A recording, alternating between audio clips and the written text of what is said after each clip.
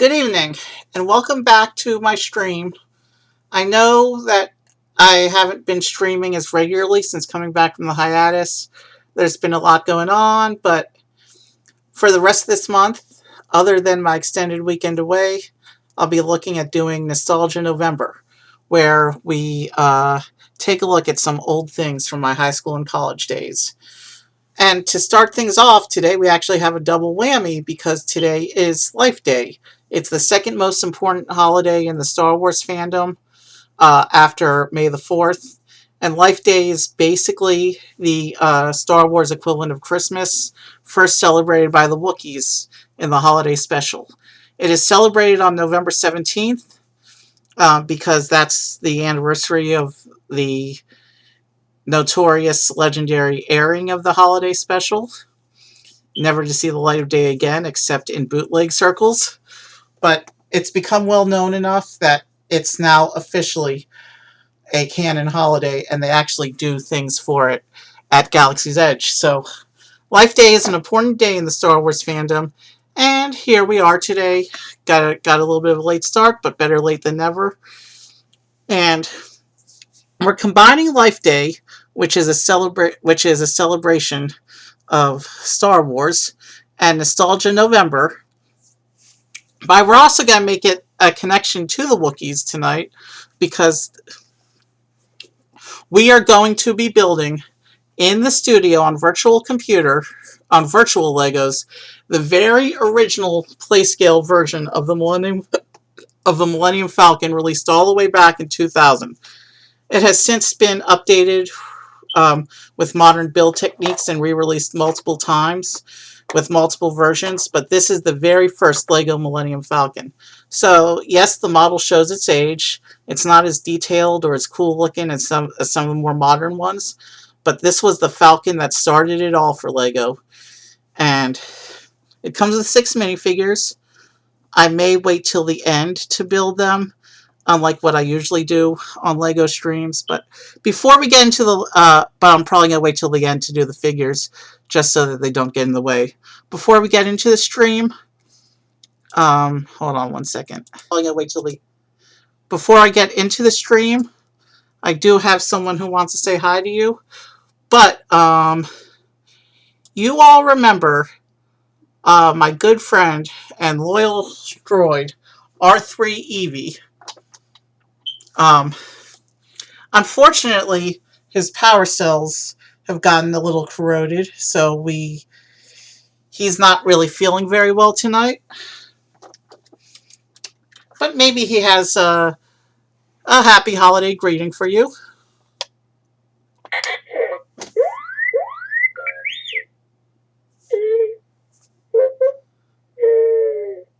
Well, he said hello and went right back into his power down cry. So yeah, he's having trouble with his power cells right now.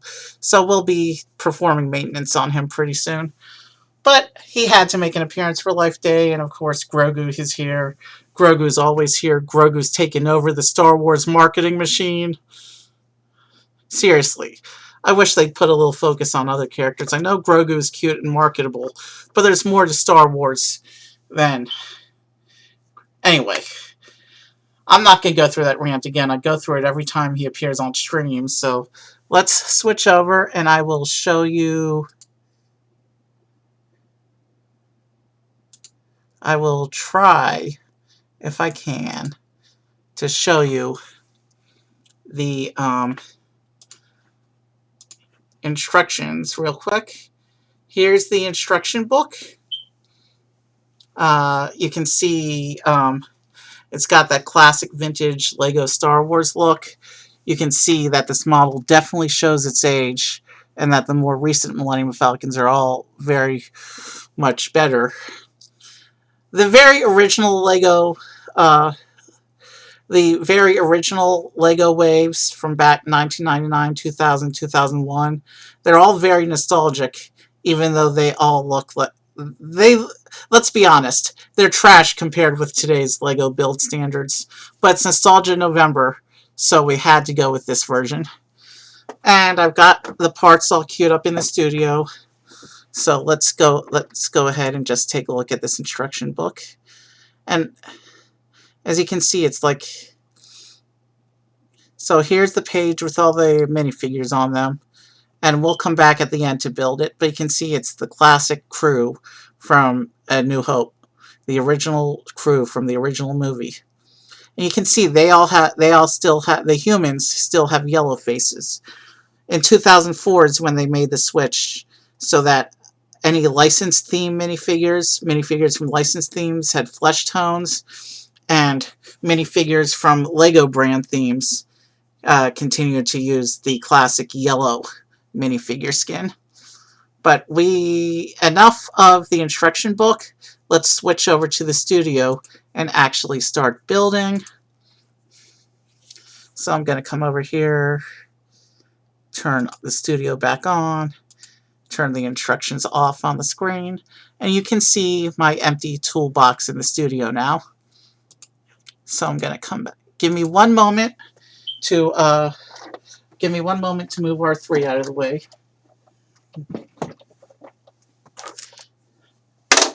And now I can begin building. Now that I've moved the table out of the way and have made some comfortable space for myself to sit here, I can begin building. Alright, what's going on here?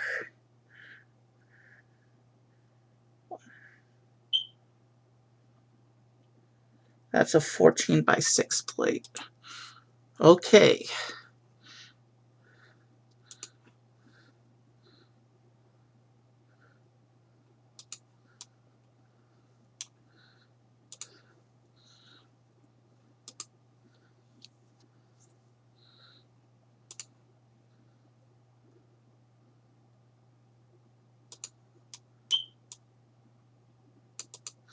So the instructions say to start by putting 2 plates together like that. This is the beginnings of our Falcon, the humble beginnings. Doesn't look like much now, but it will later. So let's keep building. Oh, I missed something here. So there's a 12 by 6 plate as well. And that comes over here on this end like this.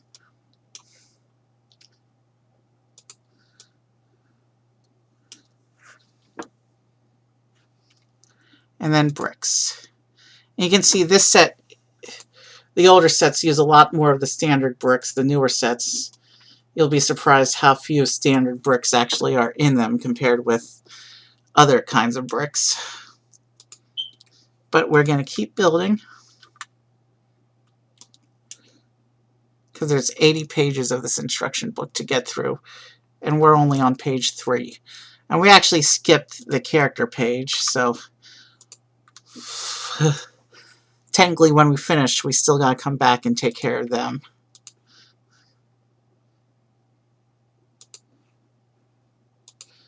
I'm thinking about doing a Pharaoh's Quest Lego stream as well, where I try and build maybe the whole Pharaoh's Quest theme. I'm not sure. That was a small theme. They only did like 7 sets, and 3 to 4 of them are small sets. So I might do a Pharaoh's Quest theme coming up soon. It's been a while since I've streamed much of anything, so I want to fill content as much as possible through the end of the month, but realistically, I'm not sure how many Nostalgia November streams there will be, just on account of the fact that I am going to be away for the holiday weekend. Shana has asked me to spend a few days with her over Thanksgiving, so can't say no to that. I never get to see her anymore, so can't say no to that. So come back here. We'll do some more bricks. We'll do some... Alright. So we're 10 minutes in and we've already got the beginnings of the ship going. So what do I have? I don't have too much to talk about these days.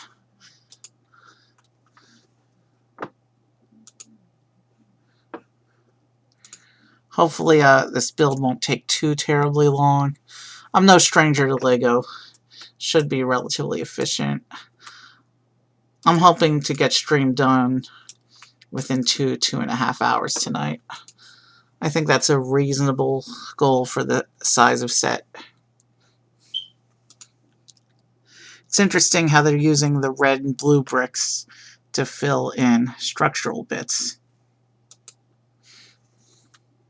that won't be seen in the final model.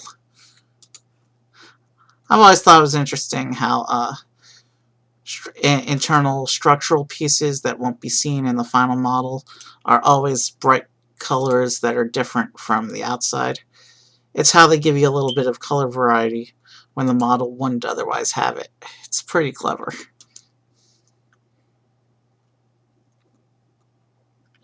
Alright, I think that's what the instructions say to do. This is an older style instruction sheet, so it's not the clearest thing in the world.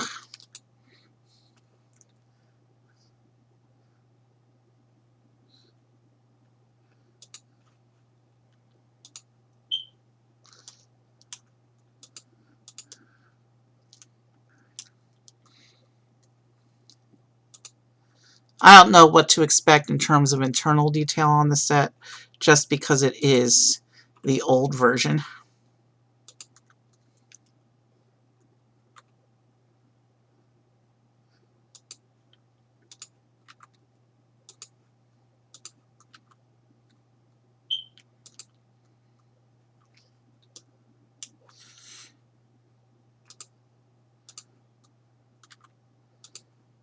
So we'll come here, we'll do that.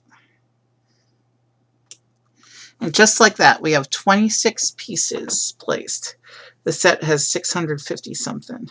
So we're already coming up on 4% of the build. We're moving right along. So now we have some 8x4s. And yes, this is the old version of grays that the set is using. They changed that over in, I think, 2005. Wrong piece.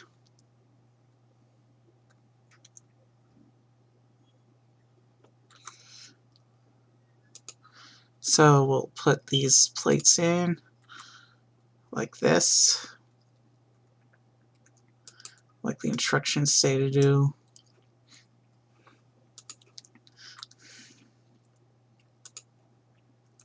So yeah, this version of the Falcon came out long before the Disney purchase.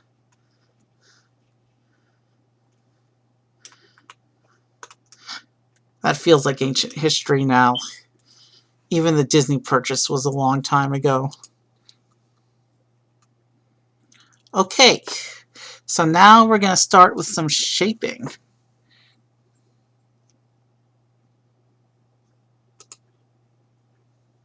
Oh no, that's the top panel. We want, yeah, this bottom version.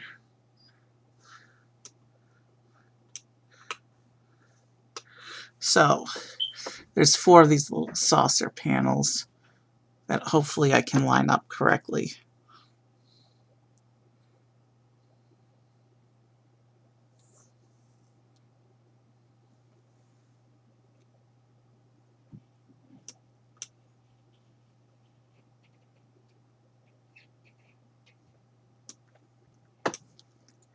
Is that the way?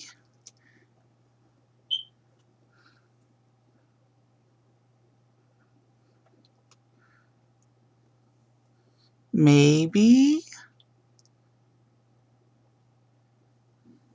I'm going to have to assume this is what the instructions intend, because I can't really make sense of it.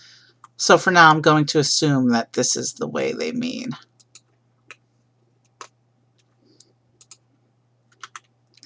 As you can see, we got the very beginnings of some basic shaping going on here.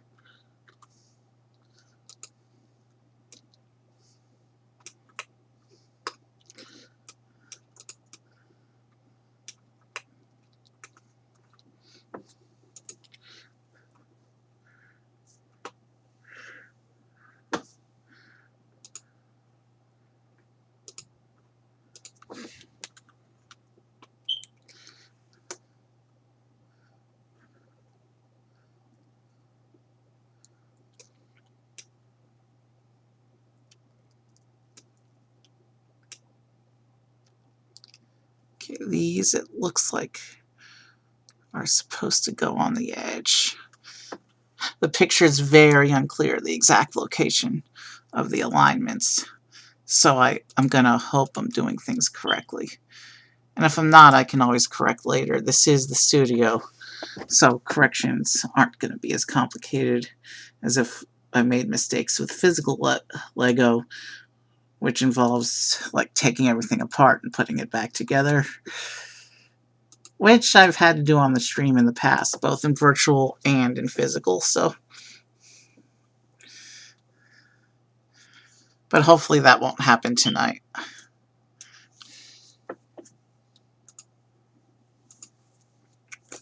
We have some more of these structural bits going on.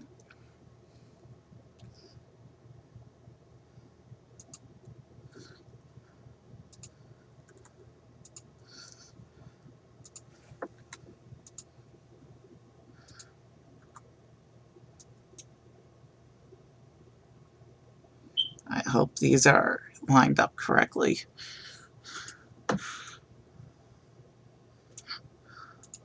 Older instructions are slightly more difficult to work with than current instructions.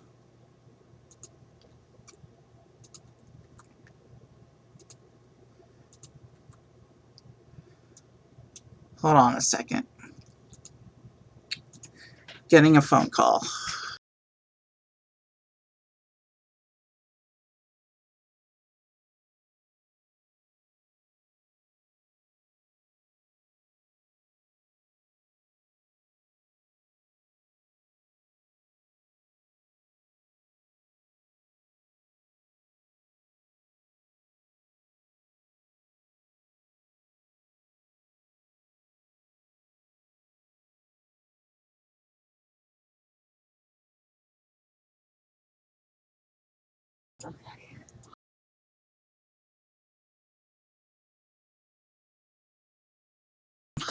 We've got some structure in place now, so let's continue this build. It's cool to see how internal support structures of big sets changed over the years. I mean, this is a 20-year-old structure, and you can see they're not building up a skeleton with Technic bricks like a lot of modern Star Wars ship models do. Okay, and now we're moving into our first little, what I call sub-build thing here. So let's come over off the main unit for a bit.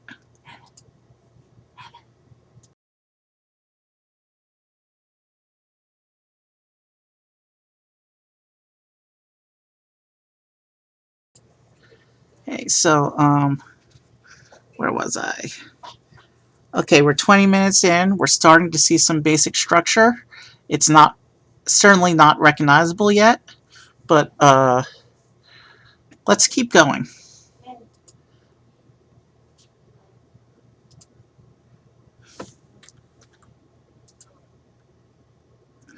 So it says to use this, and then line this up on there like that.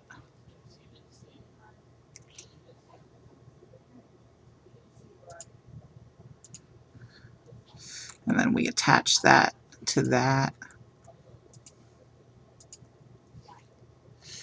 And then there's some hinge pieces.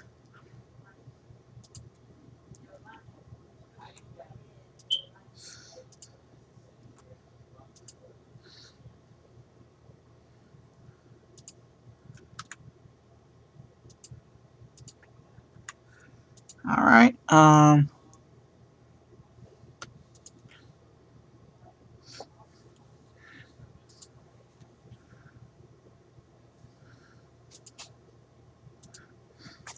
So let's add this and this. And I think this is based on the hinges. I think this might supposed to be the iconic landing ramp. But I guess we'll find out later once we have more detail on the ship. And this section is supposed to come in and sit here, I think.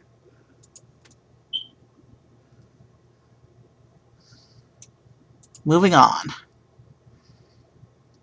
looks like a similar thing is being built on the other side, but not exactly the same way.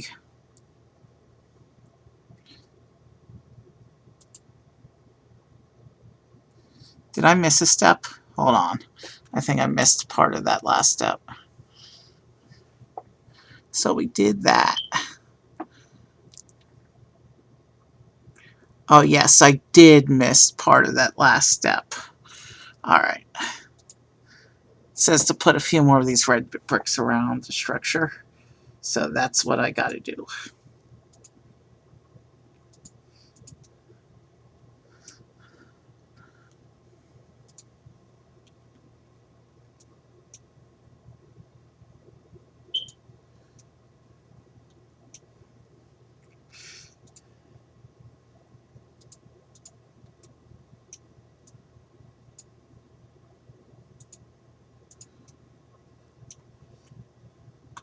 Now I can go back and do this step properly.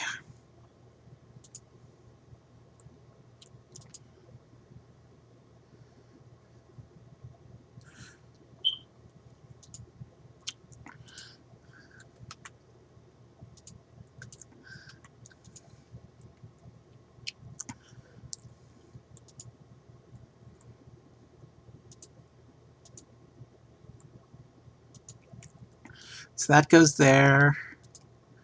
And then I come here and grab these.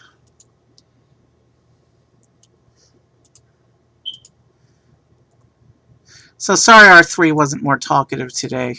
We'll get his power cells fixed up right away so he can join us more on upcoming streams. And then this section will come in and be attached, much like we did with the other section. Sorry, Captain Obvious moment. No, that's not lined up correctly.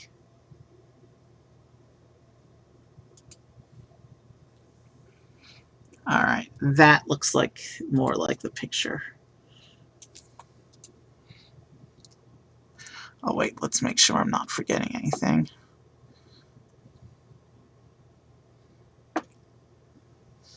Alright, there's some plating going on.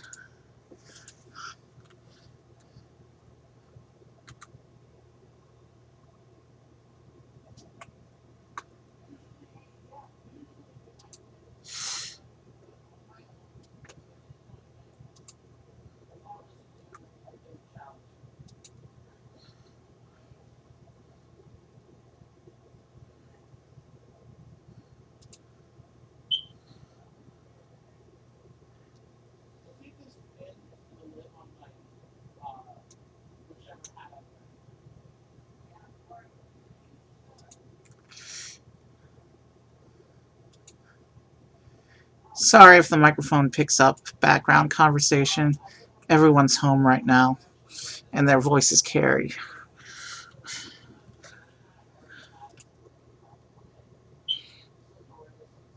There's nothing I can do about that.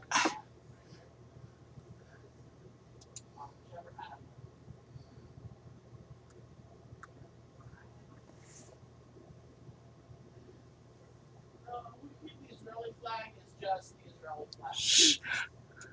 Give me one moment.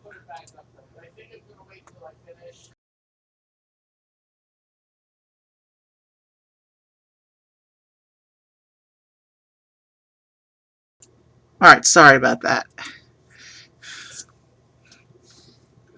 Alright, where was I? Okay, we were putting some plates in, right?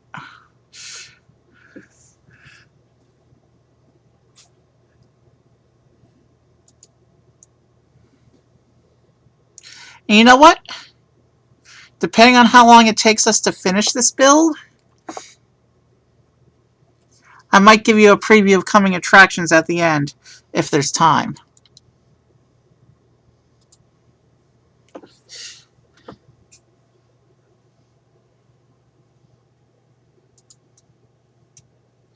Alright, so these plates go on here like this. And we're starting to build up the floor of the ship.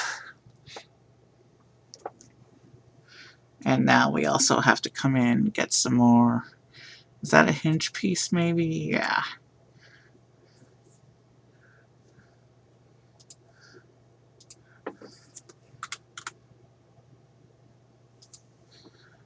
And then there's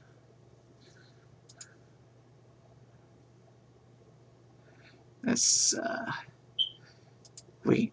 Okay, so it looks like they got his little famous little smuggling trapdoor going on here. That's pretty cool. I'm not expecting too much detail on this version of the Falcon, especially interior detail. But it'd be cool if they included a nod to the, at least to the chess set. That would be pretty cool. And it looks like this step here is going to pretty much bury the rest of the red, most of the rest of the red structural bricks. Again, it's weird to me not seeing Technic in the skeleton of the ship. But this is how they used to do things before modern build techniques.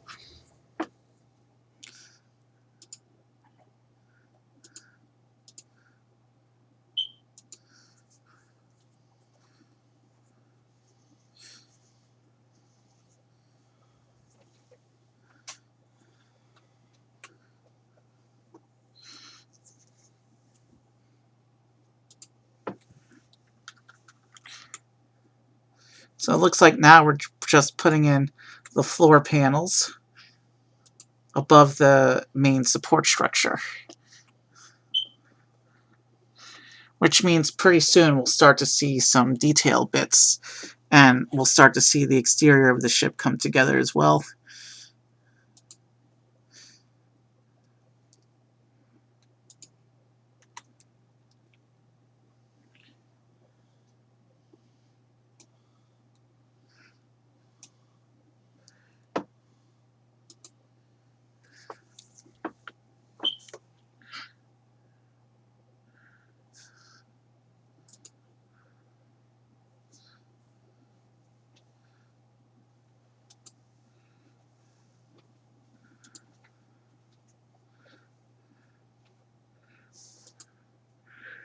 And with that, that's another step, that's another page done, and we're starting to see floor.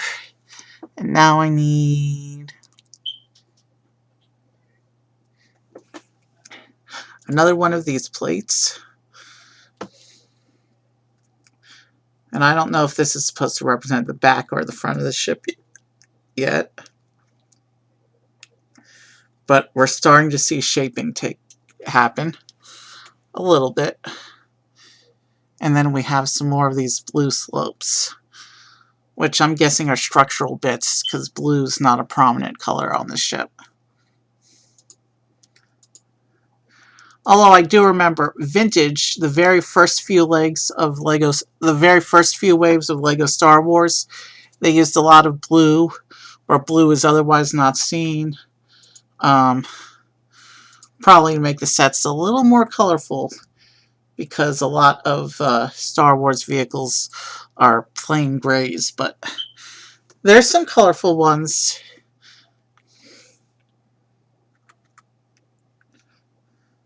As well, so there's some colorful ships as well. So, but the original trilogy ships, in comparison to the prequel trilogy ships, weren't as colorful.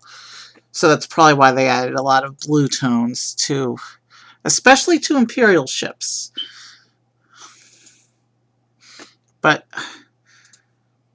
to I'm not sure how much blue there is visible on the final model here, but the Falcon isn't really known for having a lot of blue. But we're past the structural level, so I'm not sure. Basic shaping for the interior, I guess. We're already up to page 14. I'll show you if it works. For the hat. I'll show you if it works. Given that this is page 14, I'm sure that we're going to see a bunch of pages which have a lot of things stacking up. Maybe this is a second level of structure, because I'm really not recognizing things right now. But like I said, this is the oldest version, and a lot of detailing just wasn't there on the old vintage versions of some of these things. The modern designs are all so much more streamlined and detailed. But there's something to be said for the irreplaceable charm of the vintage style of Lego. Sometimes modern Lego makes me miss that old charm that they used to have. If you know what I'm talking about, you know what I'm talking about. Real Star Wars real Lego fans know the vintage Lego charm. Such a classic part of the hobby that I don't think we'll ever get back. That said, modern Lego is also really fun in its own way. And modern Lego's models are a lot better than old Lego's models from a distinctly aesthetic and design perspective.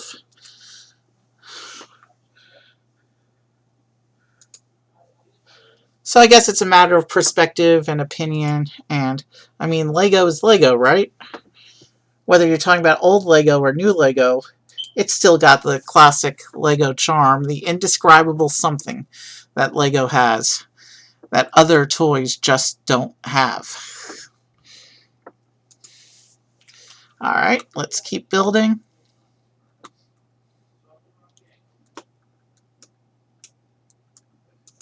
I have no idea yet which end is the front and which end is the back. But we'll find out soon enough. Okay, where do these two pieces go?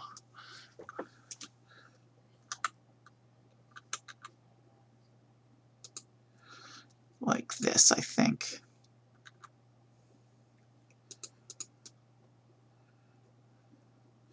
Yeah, that looks about right. Okay, do some more plates.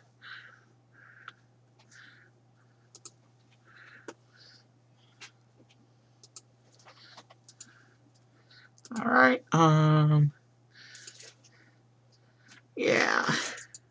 There will be a Life Day Part 2 in a couple days because there is a vintage, well, not really vintage, but older Star Wars game I want to look at on stream. So hopefully I'll try and get that in before Thanksgiving, but not probably not over the weekend because there's another stream I actually was planning to do tonight, which I postponed when I realized today was Life Day. I I remembered today was Life Day while sitting in temple at the service. So I knew I had to change my stream plan for today to accommodate that. So the stream I was planning for tonight is probably going to be tomorrow night's stream. And then we'll probably do a Life Day Part 2 with Star Wars Gaming later on. But yeah, let's see. All right. Okay. And now we have these little translucent pieces that they use to represent lights.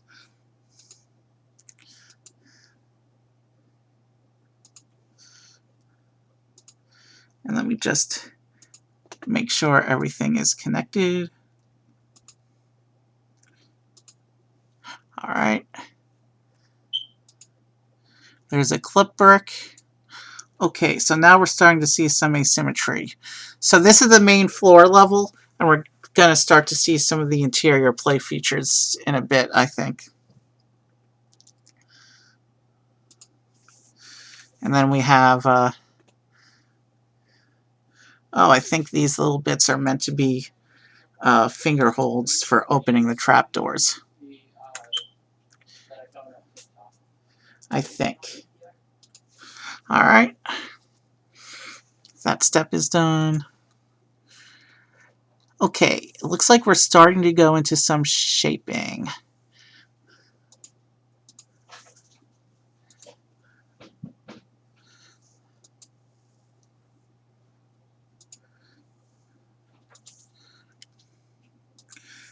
All right. I think that's supposed to be a 10 by 2.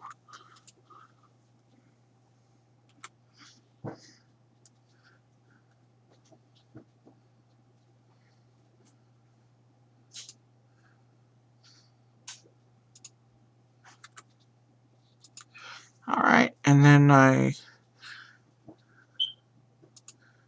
we start to have these wing shaped. We have these wing shaped plates for shaping purposes.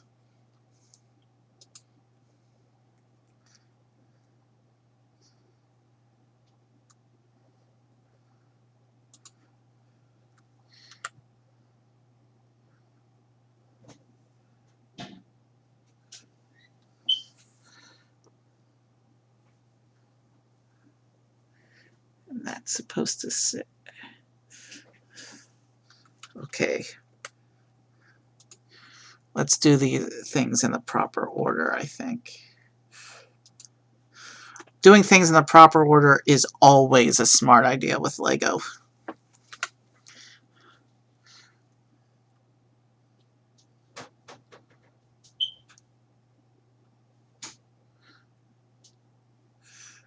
All right, I think that's how it intends for this to line up.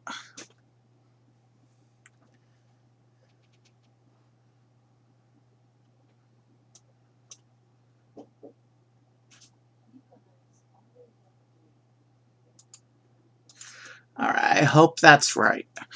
The picture on that step is a little bit unclear.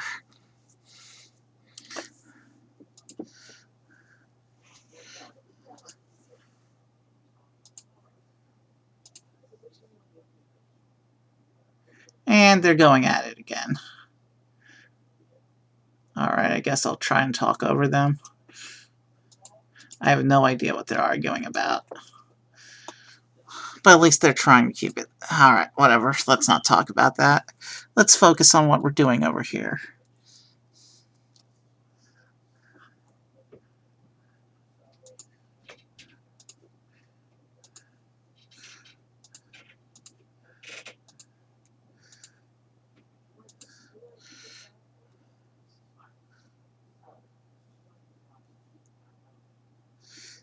Did I miss something here? All right. And then we need 2 of these.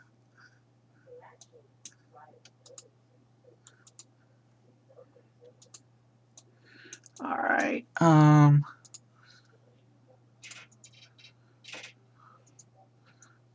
right.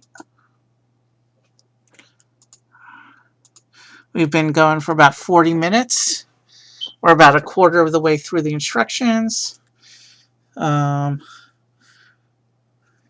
I did take a little while with the intro. So at this point, I'm estimating maybe 2.5 hours-ish. No way to know for sure with these things.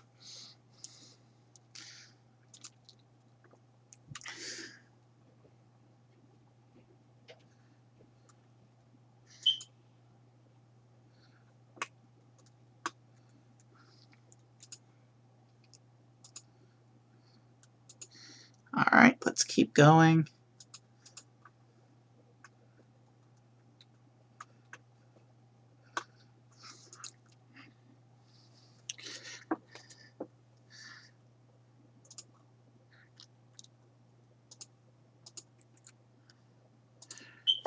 And now we do see a little bit of Technic pieces. I'm not sure what exactly the context is for why these are Technic instead of regular pieces, given that they didn't do a Technic frame. Maybe they're for snot details. For those of you who don't know, snot is the official Lego fandom term for studs not on top. There's a lot of modern pieces that do that. Brackets and stuff, the holes on the Technic pieces. There are pieces that can go in there to turn them into side studs. Um, studs not on top is, well, modern Lego wouldn't be possible without it, but it wasn't really so much as a thing back then.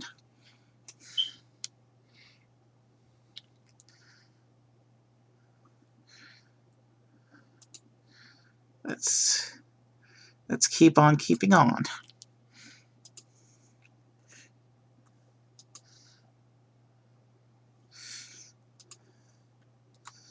And maybe on a future stream we'll do one of the more modern Millennium Falcons, so you can kind of see how things have evolved with details and building techniques over the years. Oh, that's why they use Technic. So that's going to be the back of the ship. And it's a flex piece. And man, do I hate working with those flex pieces because they don't work right in the studio. Oh well, let's do our best. It looks like they link in through the middle holes on the Technic. So let's create the placeholder for the flex piece. And let's put in the other plates that the step is calling for. And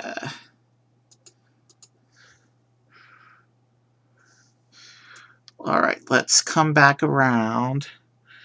Okay, so that's what those are for. Those are meant for holding. Alright. It's time to play with some flexing.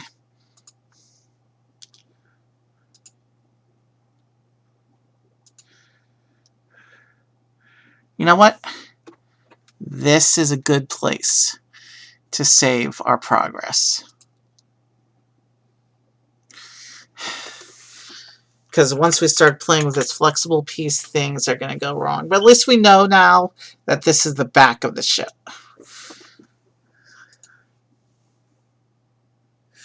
It's the famous Translate Blue engine thing that they got going on. Alright,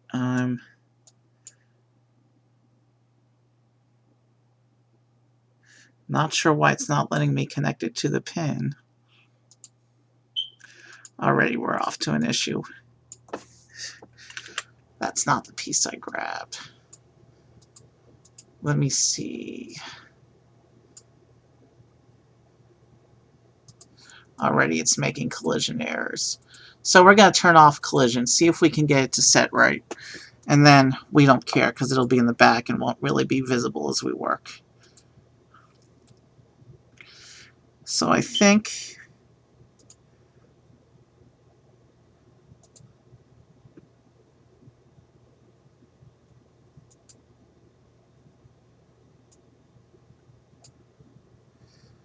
shoot, that's totally unexpected.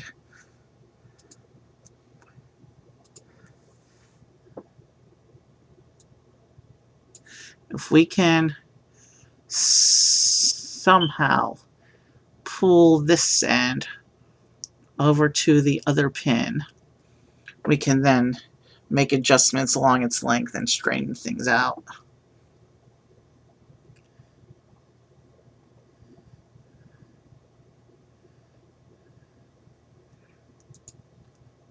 Alright, let's let it settle as it is. And now we're going to pull the end piece again and try and pull it into the other pin.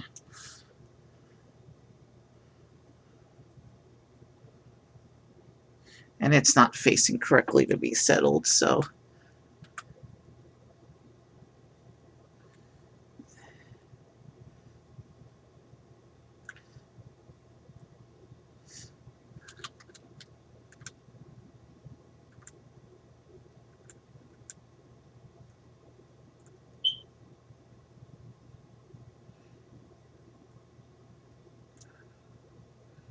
alright, we're snaking too low. That's the problem. Once we connect to the pin, with the firm connections on both ends, we should be able to snake the rest of it into position.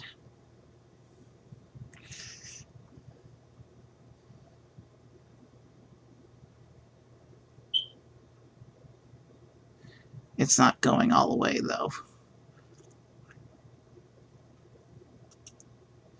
So let's pull in this end some more. And the instructions have it going between these bricks like this. If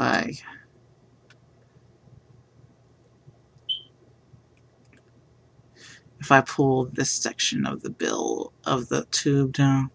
So yeah, just playing with this engine tube is going to cost us a little bit of time.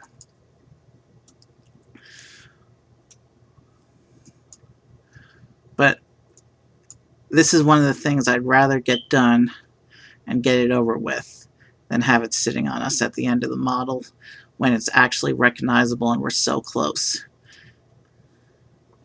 Alright, we have the pins connected. Now we just need to adjust the strip so that it doesn't, it's in position here. Okay.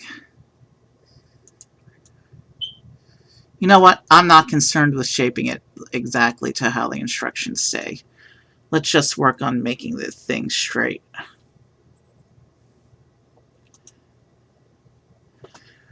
Before I do that, I'm going to hide the two pins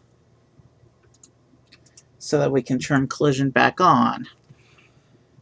And no, that didn't do it. Alright, never mind on that then. Alright, let's at least try to adjust this hose so it physically not breaking on itself. So we'll do that. I'm not even worried about going between these back pins on the back. I just want this thing to get level.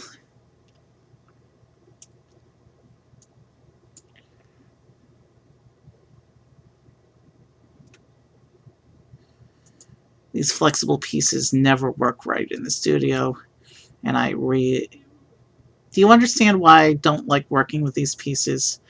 Like, a whole chunk of the London model couldn't even be built because of these stupid flexible pieces in the studio. I'm sure they're fine to work with in real life, though. I'm sure the physical versions of these pieces aren't that bad. And they make for some nice detailing, too. Alright, stop going into the floor. Alright.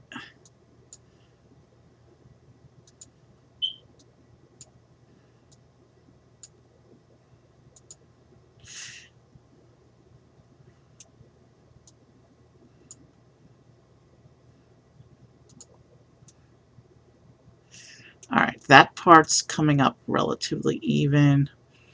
So now we got to get this chunk out of the floor. And then we can shape it a little bit of the length at a time.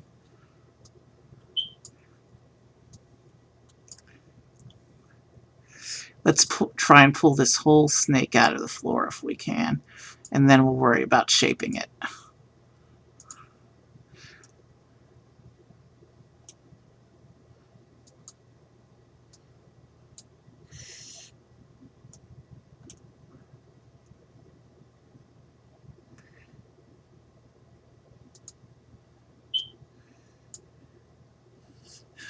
Once I have something that's in some semblance of straight, even if there's collision, I'm just going to move on at this point, because this is taking too long. And we're not going to, there's no chance of getting this portion perfect, so let's just make it good enough. And who cares if there's some slight obvious clipping. This is virtual Lego. So Clipping's not going to break anything. And then I'll hide the piece so collision doesn't show up when we work with the main portion of the build.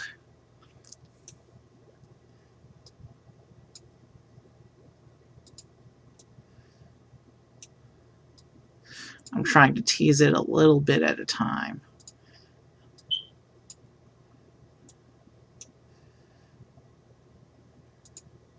As you can see, the tubing has a mind of its own. But if I can tease it out a little bit at a time, we should be able to get something that's passable.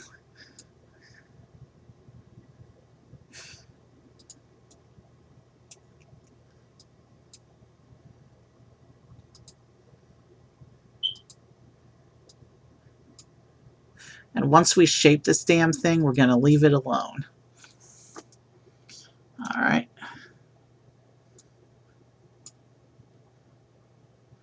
I read somewhere that some, but not all of the Falcons use a version of the flex tube for the engine.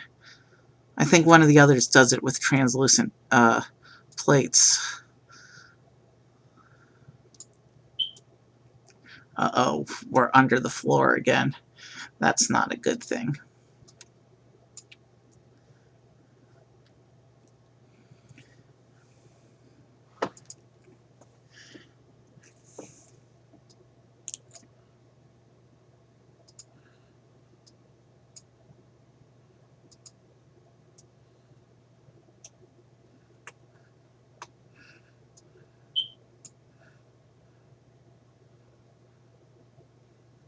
If we can get this whole section to be roughly level,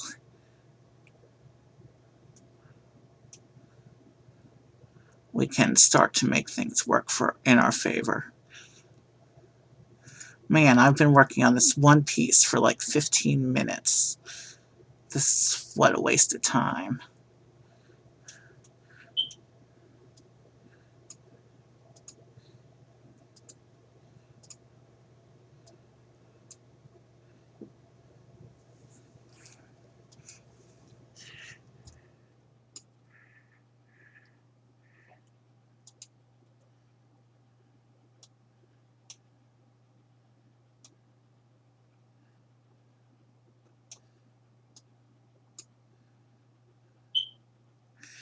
If we can make it roughly straight.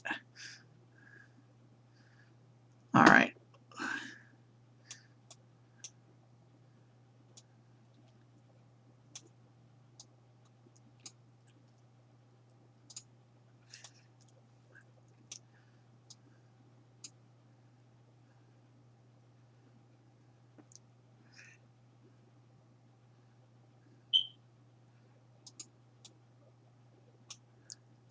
This dip is costing us valuable slack that we need.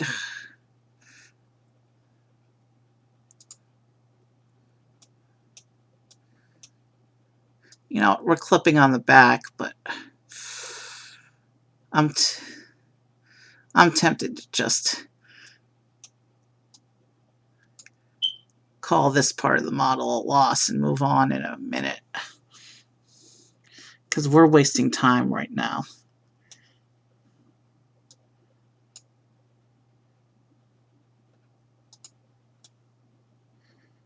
All right, that's not too bad, that portion right there. If we can just get this portion to line up. I mean, it's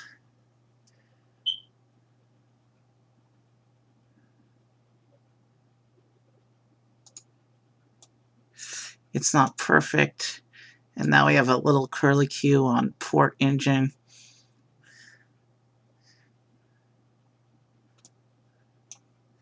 If we can pull it out to be roughly level, we can try and do something and make the rest of this do something.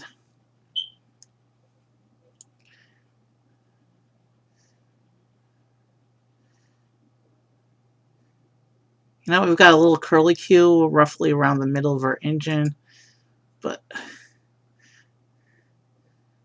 it's almost straight. It's almost straight. If I go that way, it'll pull it down beneath the floor. So we need to pull out.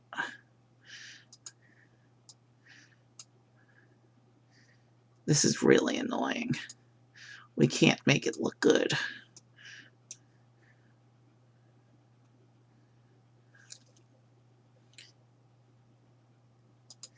Stupid engine.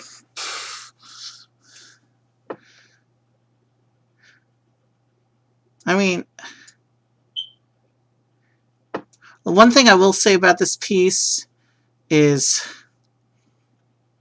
on the actual physical model, which I saw in a YouTube video once, never in person, it does make the engine block look pretty cool. The engine, the little engine is actually, thanks to this piece on the actual model, the engine is probably one of the best looking parts of the whole ship. But as you can see, hose pieces just do not work in the studio. So, I have an idea. We're gonna undo everything.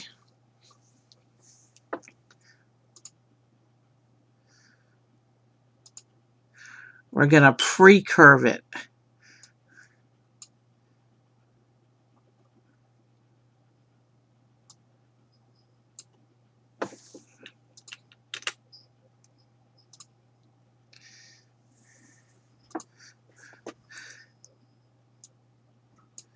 Because that was going nowhere, so we're going to try to pre-curve this thing.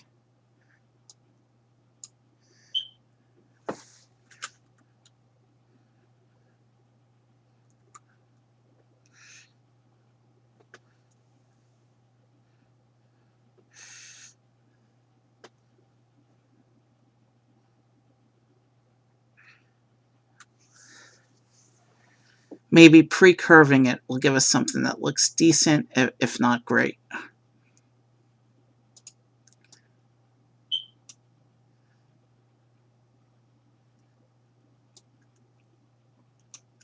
Okay.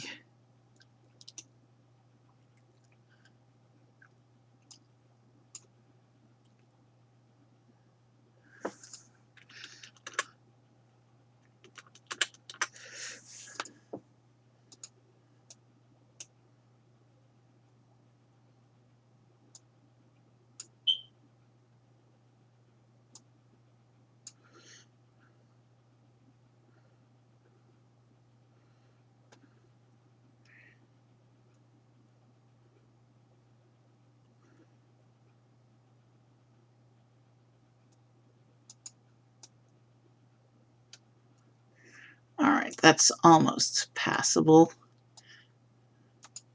Now,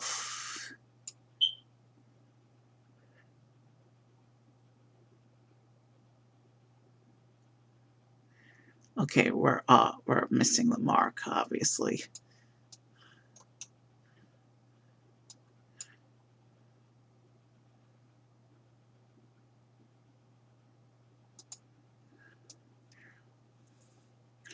All right, we're almost there in terms of making something that's actually somewhat passable. And now if I can clip onto here. That's the straightest we've had it, but it's still sticking out too much.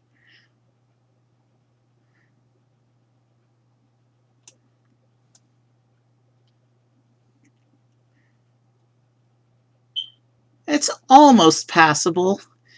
Let's finish the rest of the model, see how it looks. It's not even. It's not good at all. But we gotta move on.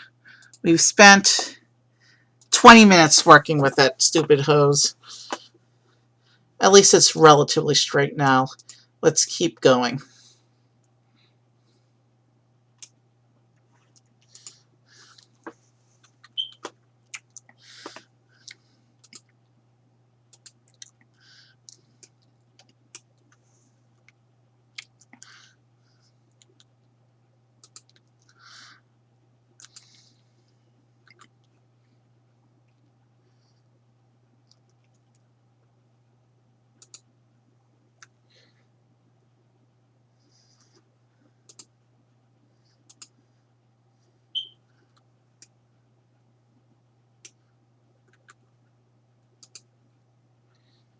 Now we work with the wing plates again.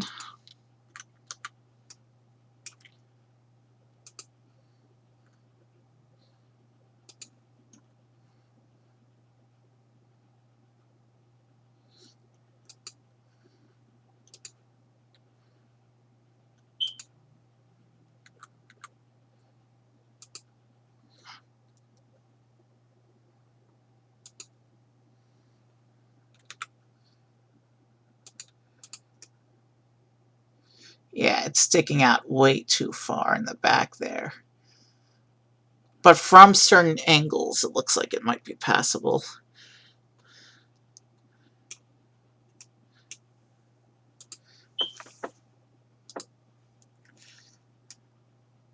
Let's see. I don't really want to tease it too much, but is there anything I can do to maybe straighten this thing out a little bit?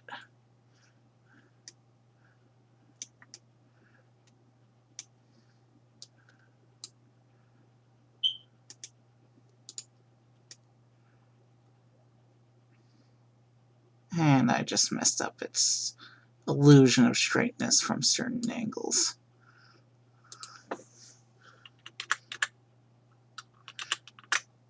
We'll just leave that part as is. Maybe we'll play with it some more at the end, depending on time.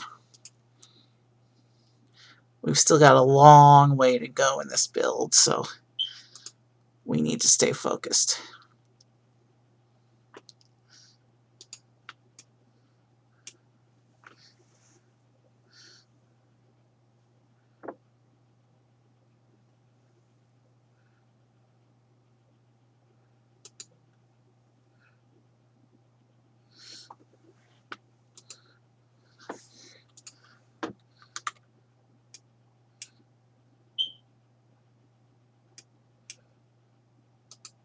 One thing I've noticed is that this set doesn't do numbered bags, even though it's a 600 plus piece set.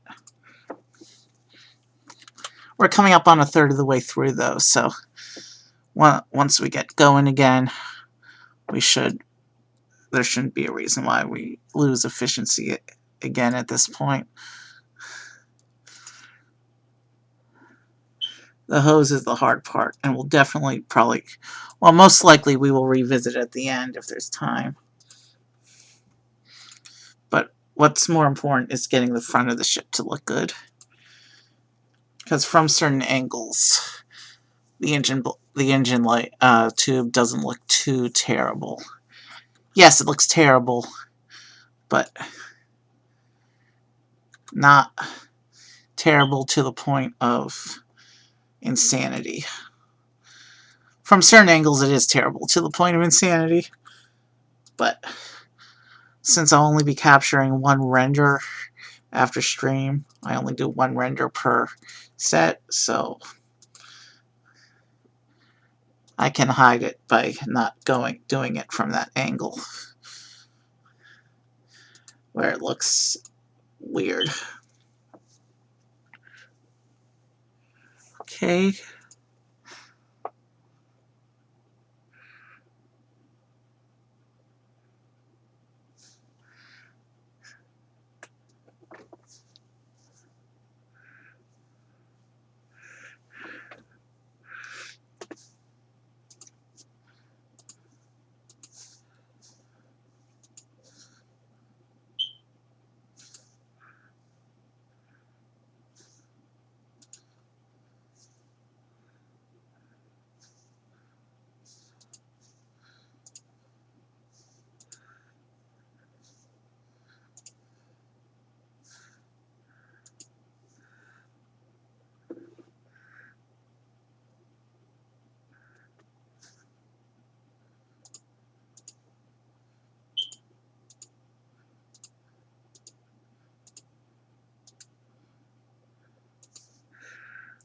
I see what's going on here.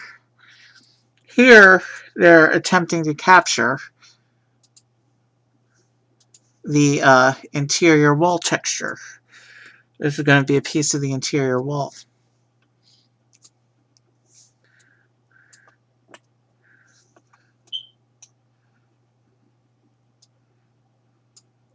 That's not why.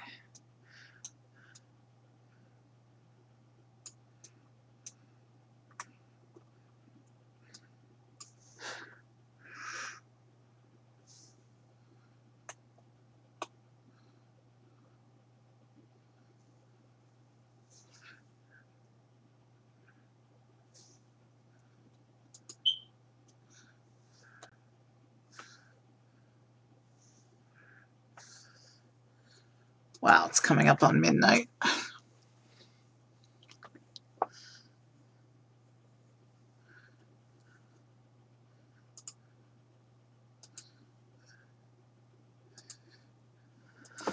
I see we're playing with a turntable piece.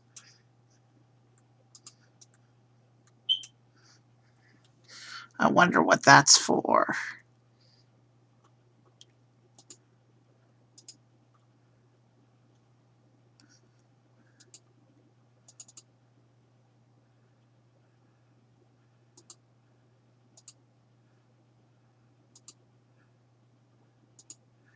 Okay, I don't think this particular version of the turntable. So what we actually have to do is release.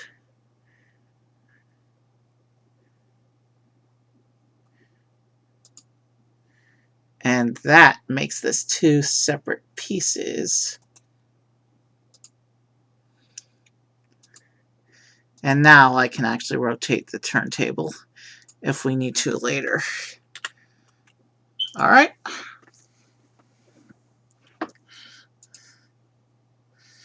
Next step is to do the same wall unit for the other side.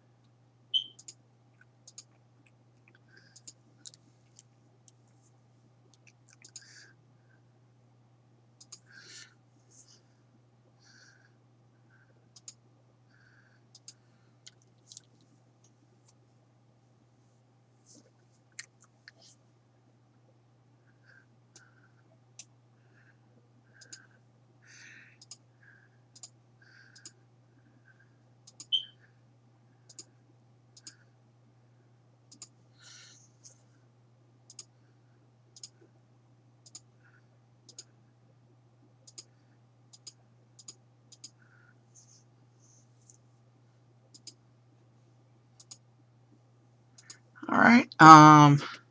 So now this wall needs to be brought into position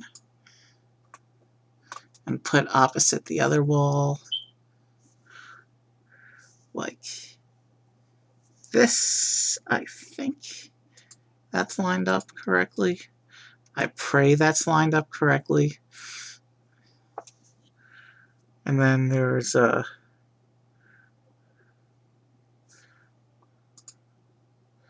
another brick here. And it looks like we have two of these printed control panels in the middle of the ship here.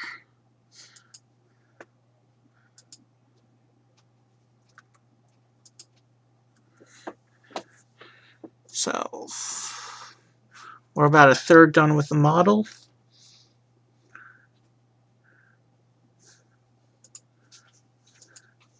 We have this piece here with a pin on top. Not sure what that's for yet.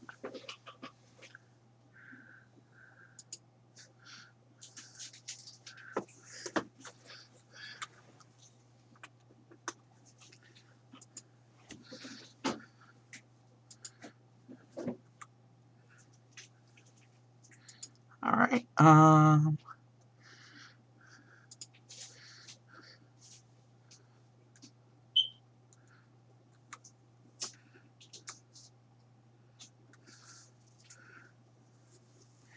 Yeah, that looks like that goes there.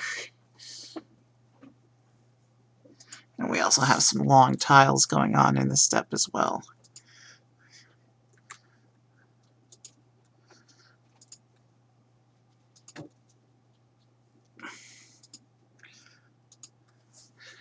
like that.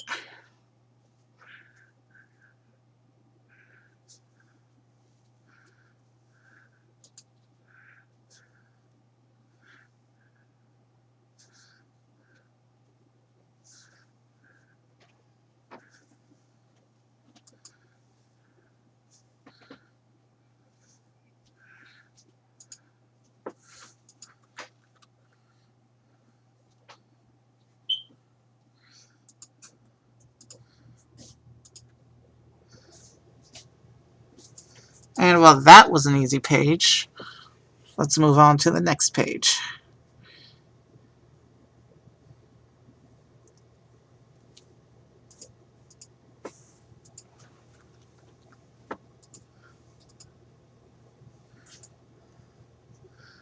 I'm not sure what all this is. Probably some interior room dividers. We will figure out what it is later on as the interior keeps getting built up.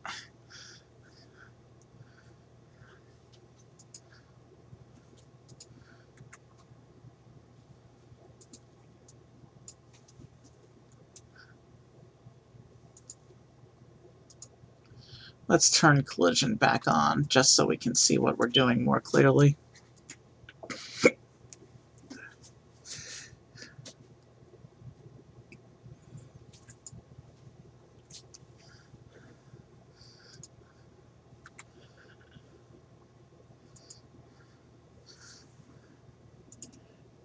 That's not right at all. There we go.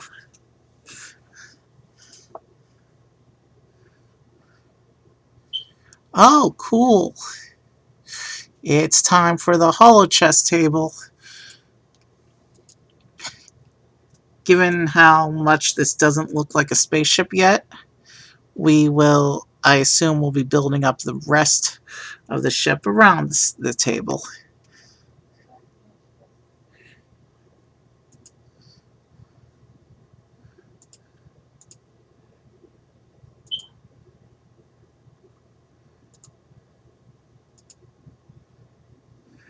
And there we go, the famous table. And there's a photo of me and Shayna sitting at that famous table. And then there's a chair piece. Look at all those minifigure parts we'll be working with later. This chair goes on the turntable.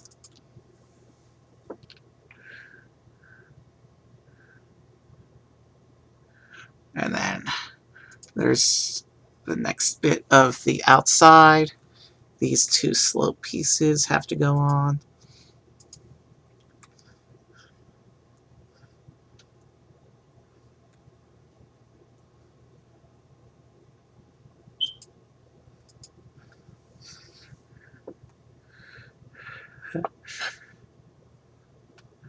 And then there's also a brick,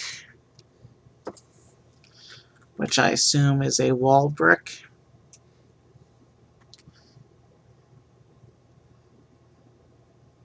Or at least, well, by that I meant a brick representing a wall. And then we have these guys who sit here.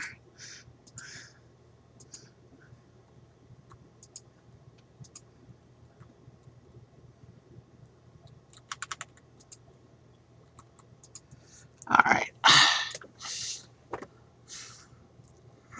These pages seem to be moving relatively smoothly at this point. Shouldn't take us too long to make considerable, noticeable progress.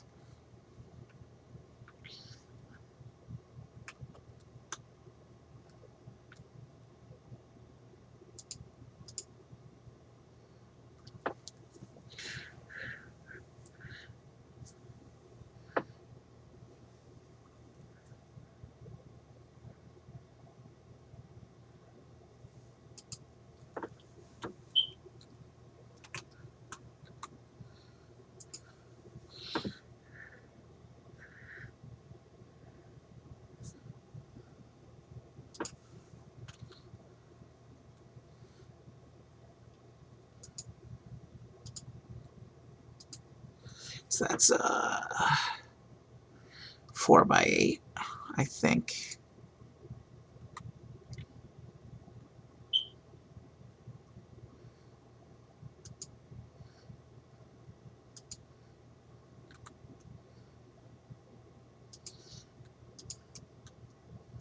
And then we need some more of these wing pieces.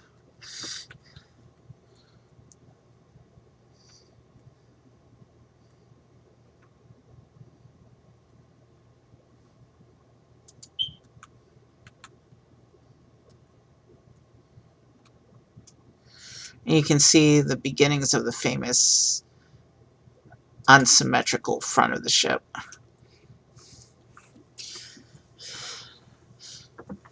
All right. I might need to take a break in a minute, but we are making decent progress.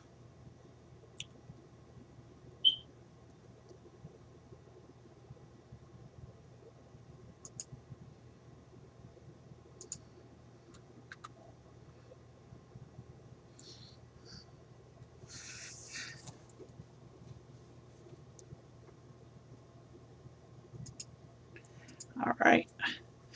Okay, so shaping is starting to come into play here. All right, there's a Technic brick I want to grab real quick. Oh, I see what's going on here. I think this Technic brick is where the cockpit is going to be pinned on.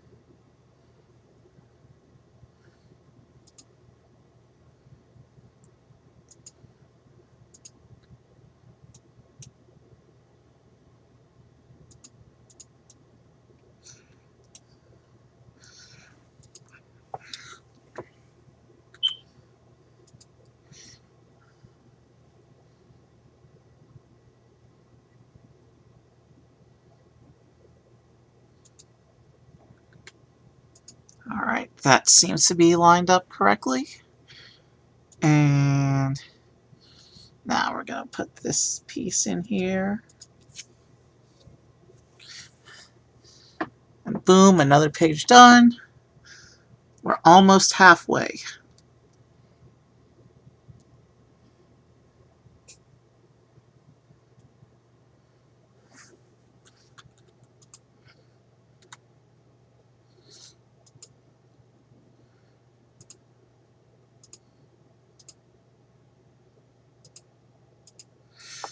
Okay.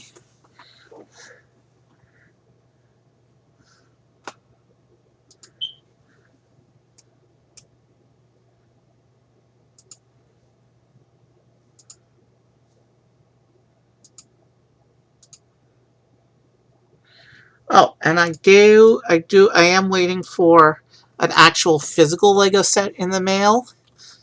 Um, when that comes, we'll take a break from Nostalgia November because it's a beautiful display piece, which I bought partially to commemorate my trip to Disney World last year. You'll understand why in a minute, and well, when it arrives. Okay, that step is done. Another page in the works. Okay, stuff is happening on this page. Well, stuff happens on all the pages, but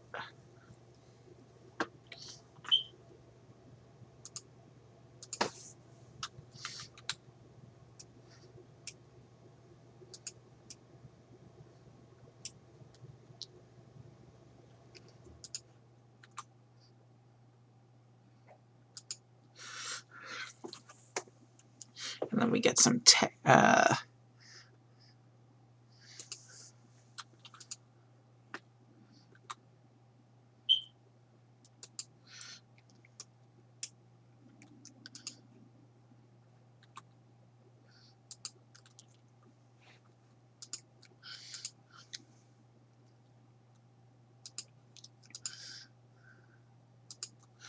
all right, what's going on here? There's door paneling things going on here.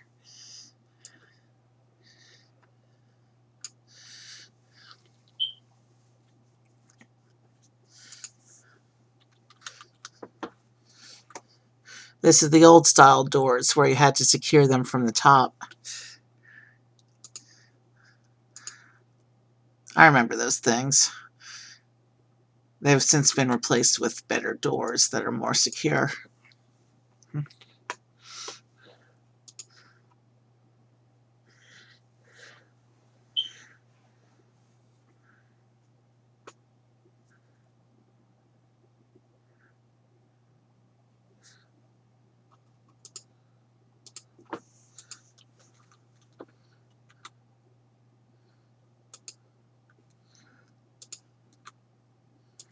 All right,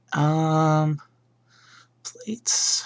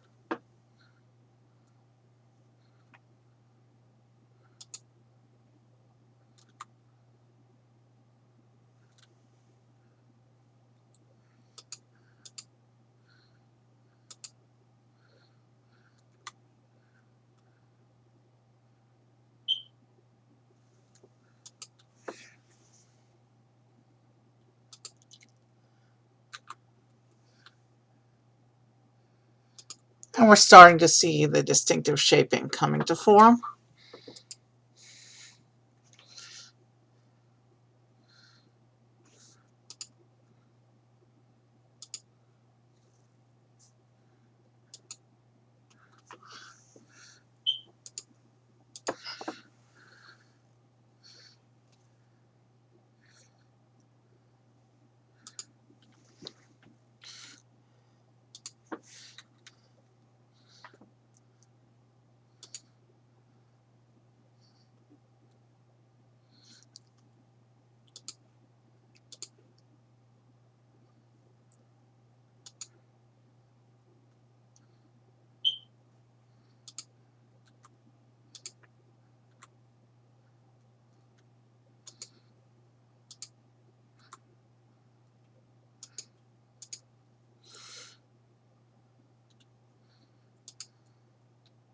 All right, sorry I got quiet. I'm trying to focus a little bit right now.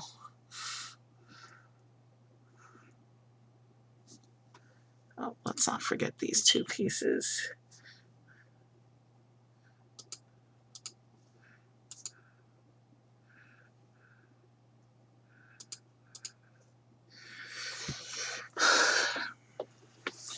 Yeah. Oh boy. Detailing is happening on this step. There's a lot going on here. Let's start with these two hinge flaps.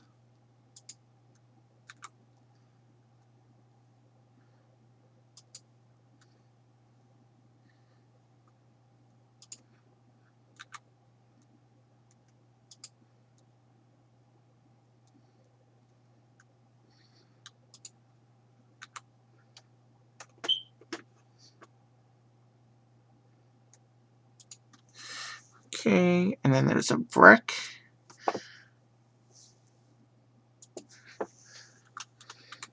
And then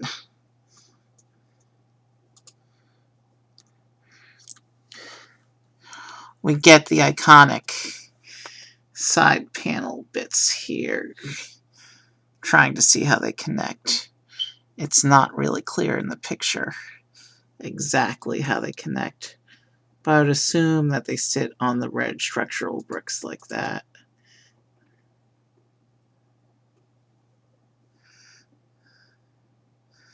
Well, if they're not lined up correctly, we can always adjust them later. But hey, that just filled in a ton of side detailing. Let's keep going.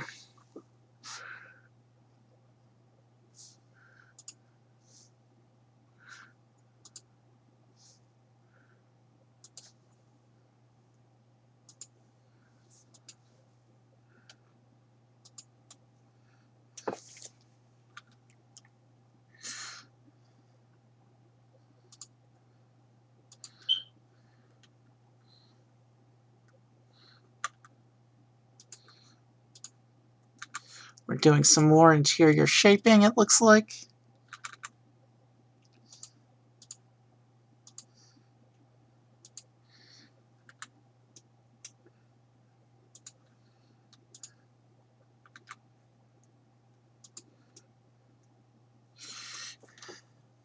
And then we need some tiles going on. What do these tiles do?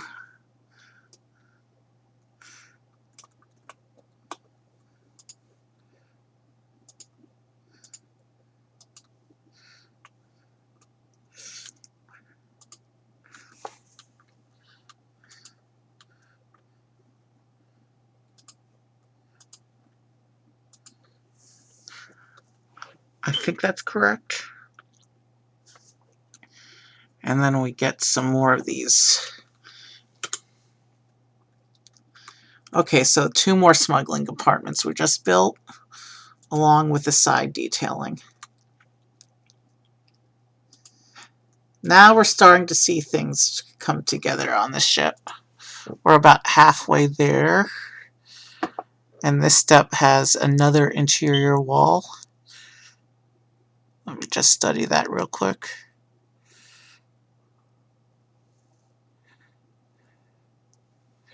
Okay. Let's see if I got this right.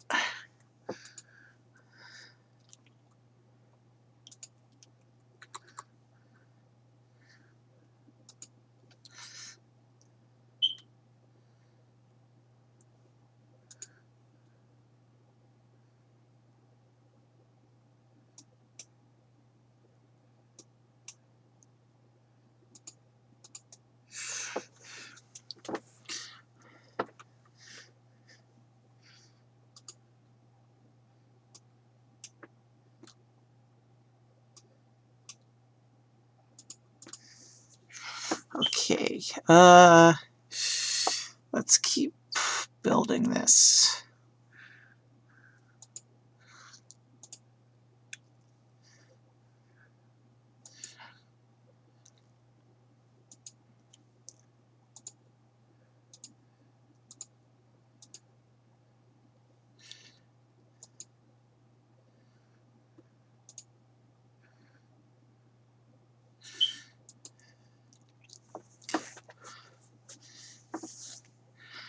So this is basically another section of the interior wall, which means there'll be one more mirroring section when we put this one in.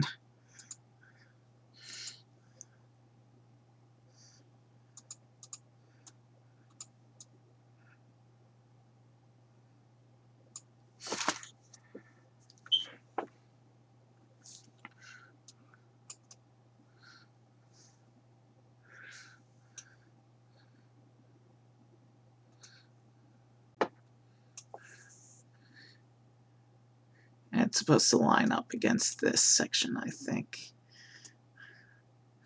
behind the compartment.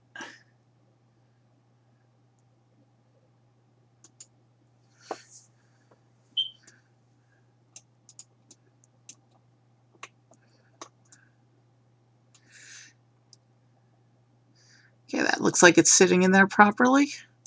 So let's, yeah, this page is the other side of that.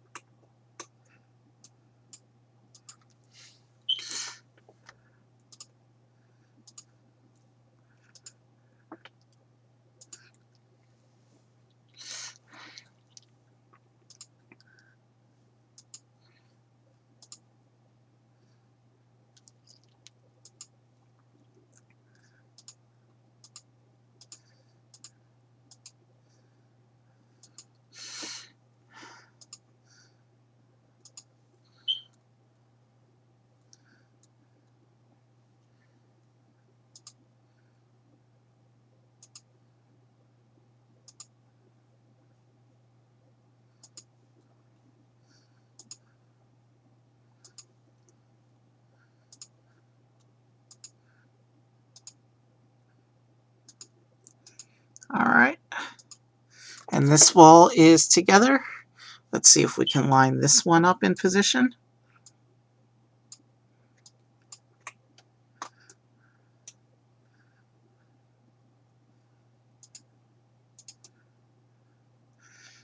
Okay, so we've got some interior walls and rooms going on. And let's see what the, oh boy.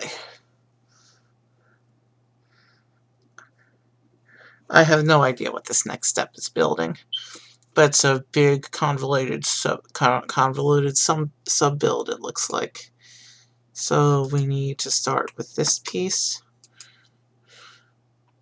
and this, and let's see if I can figure out what's going on here.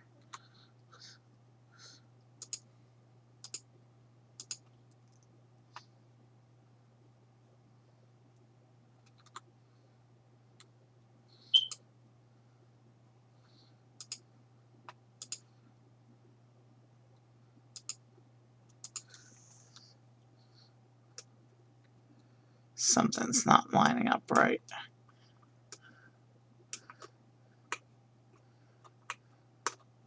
I don't think.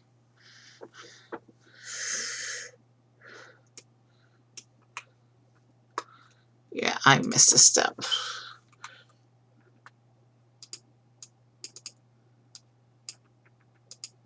Now, that corrects it.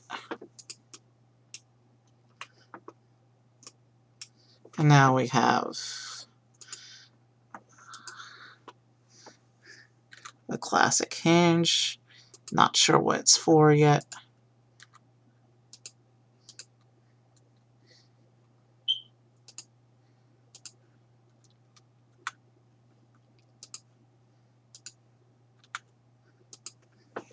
And we just passed midnight a little while ago, so it's technically no longer life day, but we're in this until the model's complete. So far we've gone about an hour and a half, and we're on page 40 of 80.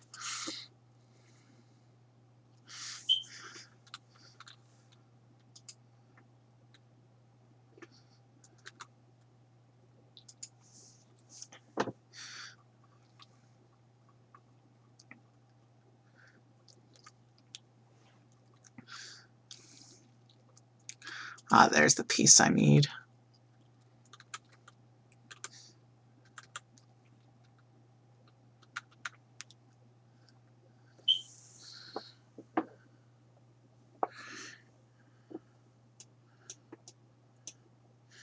I'm really not sure what we're building on this step, but we'll find out soon enough.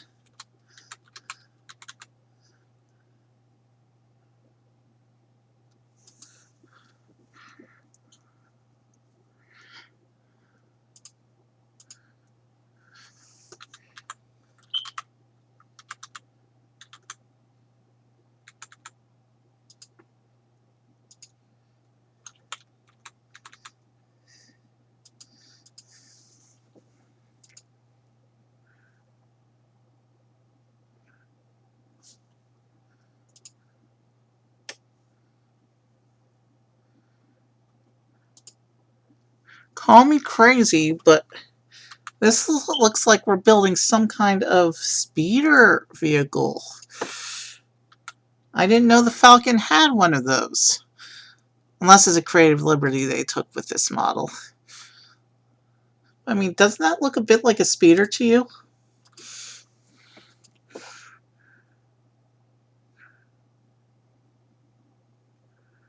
And then it just... this whole thing... They have it sitting on the ramp inside. I bet this is meant to be a speeder.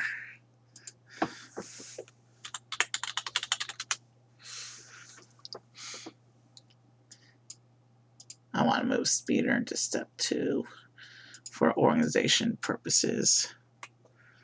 And then they have it just in here sitting on the ramp inside.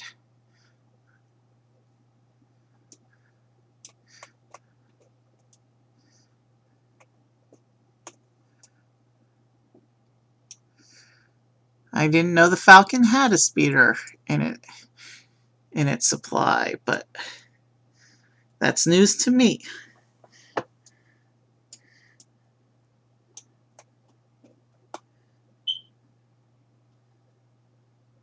It's not letting me position, so tell you what we're going to do.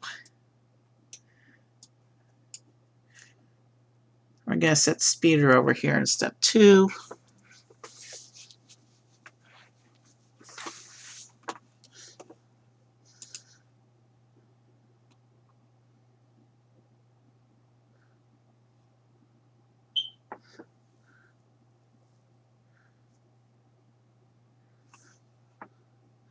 And now we're going to come over here. And the reason we're coming to this side is because we're about to make one of the more recognizable parts of the Falcon.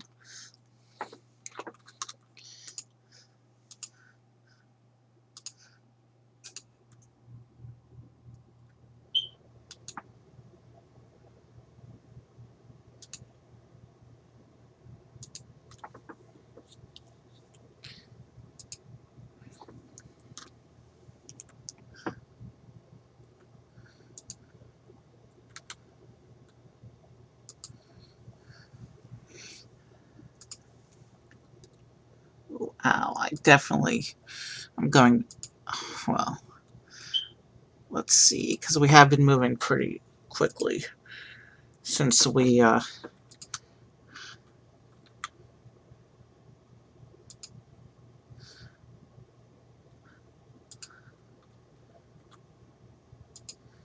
been moving pretty quickly since we decided to abandon the engine hose. Maybe we'll try and adjust it later. Let's move this a little bit farther so I have some breathing room to work with. And I can focus on the sub-build here. So yeah, I don't know when the Millennium Falcon got a speeder. That's never been shown. But given that it was highly customized by everyone who ever piloted it, especially Han and Lando, I'm sure the Falcon has a bunch of surprises even the producers haven't really dreamed up of yet.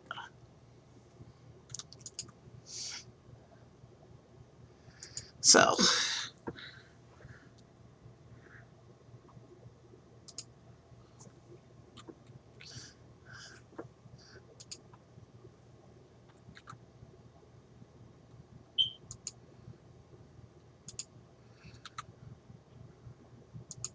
um,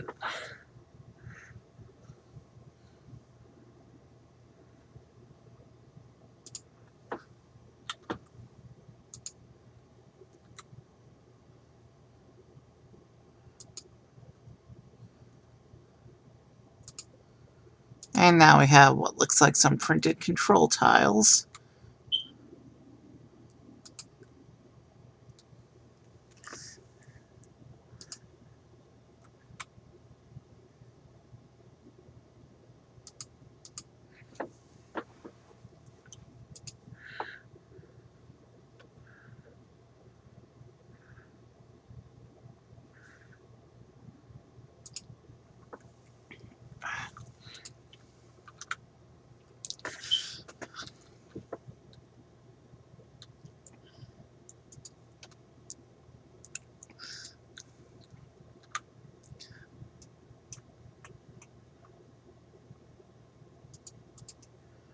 All right, let's keep going. Um, keep going.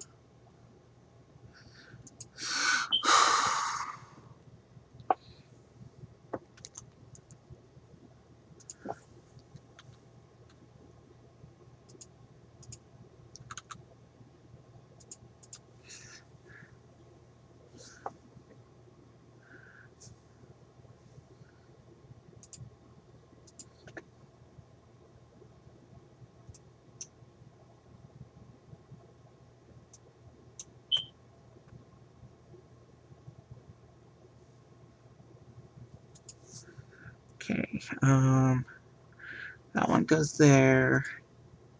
This one goes here.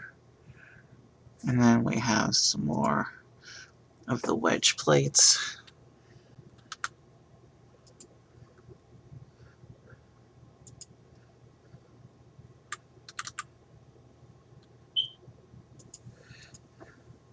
Oh, I see what's going on here.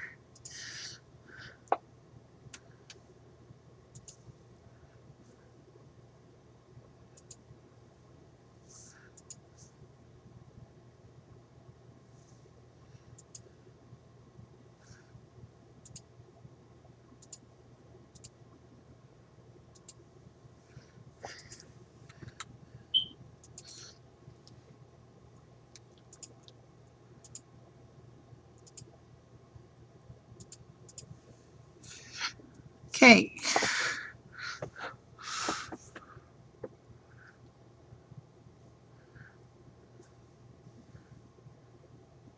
If I'm not mistaken, that's a printed control slope.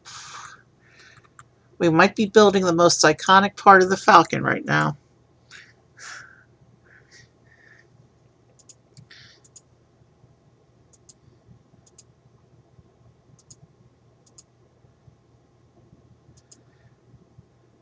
You can see what clearly looks like control consoles in the inside there.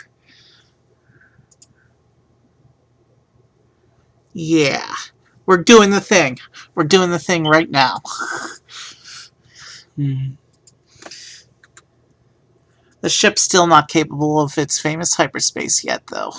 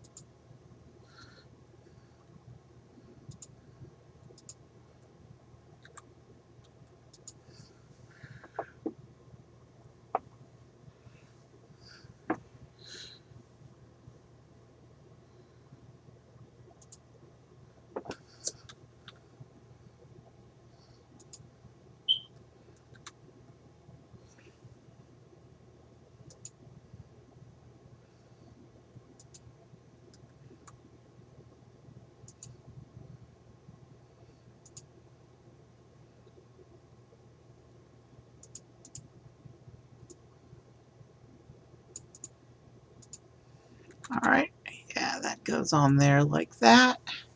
And boom. Okay.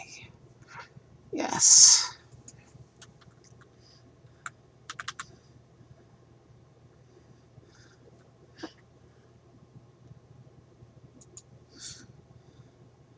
And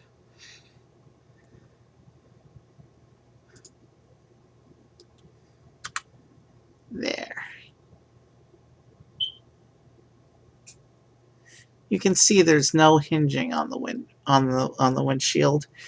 You actually have to take it off on this model to play inside. It also looks like there's only space for 2 characters to sit in there,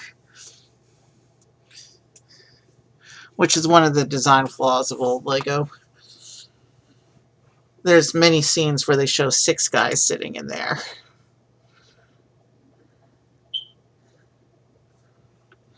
And we take this whole section, 50 parts, that's 1/12 of the whole ship, well, 1/13 about, and we line it up with these technicals right here.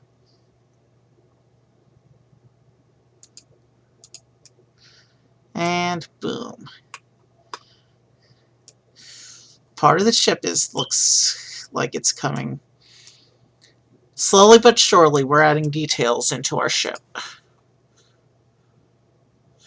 Okay. And now we're going to start building shaping for the front of the ship. Okay. There's about 200 parts to go.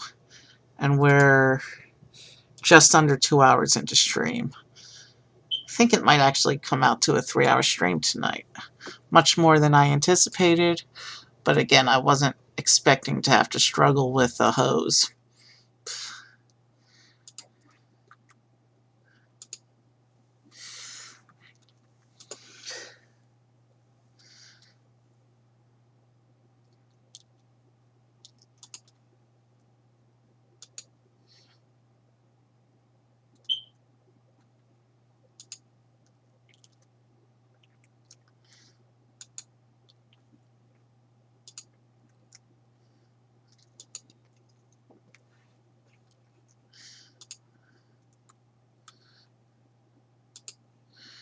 And now we see why we had all those.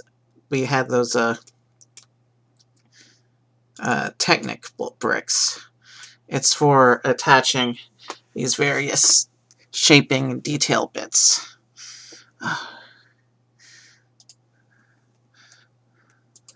may need to take a stretch break soon, but I'm gonna try to push through if I can.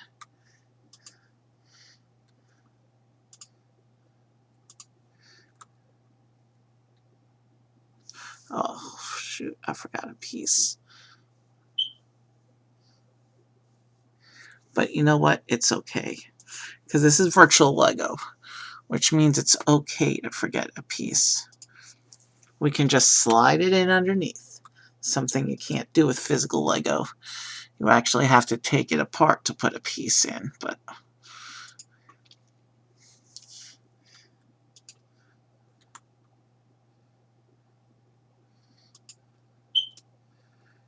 interesting how there's some gapping on the side of that.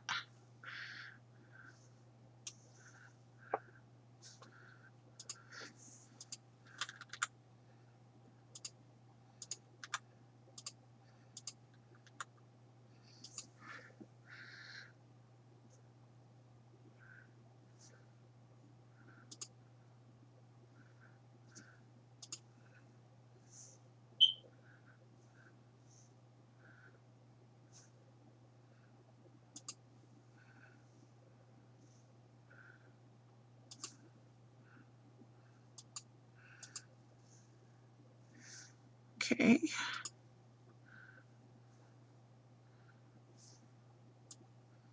And then this section will attach on here. And it's supposed to line up with these over here. Like this. Yeah.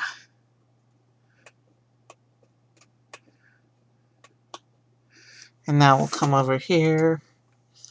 We still have like 30 pages of instructions, but we'll move through. We've been moving through pretty efficiently at this point, so I do see a lot of gapping in the exterior. She is a beat-up ship, but there's more gapping than I remember. Again, this is an older model, so They couldn't do Star Wars perfectly back in those days.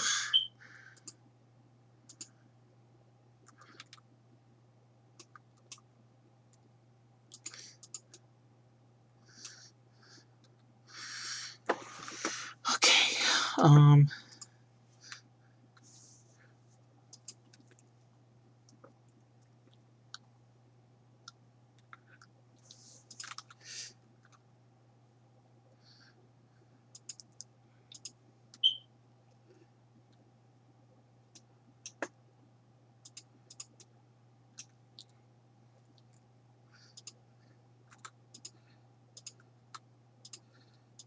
that goes on like that. And then you do that.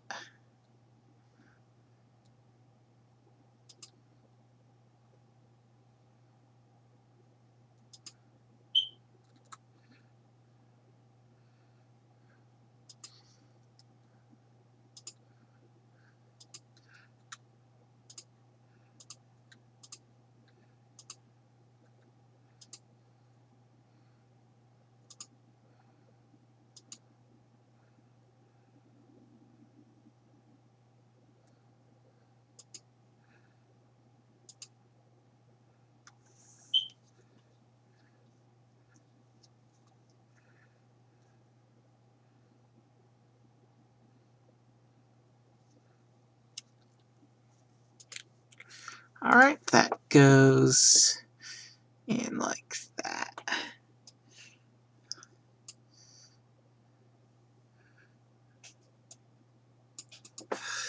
I have,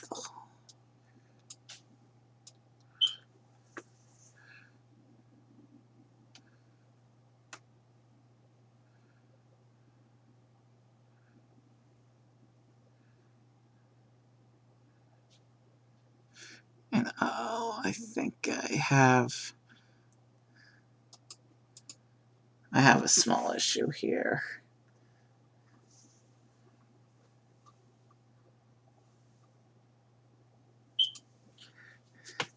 All of these pieces need to be brought into step 1. Step 2 is for the speeder and characters.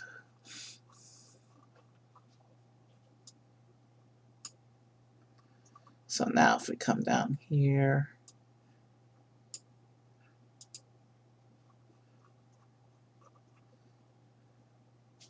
all of this should be step 1. Alright.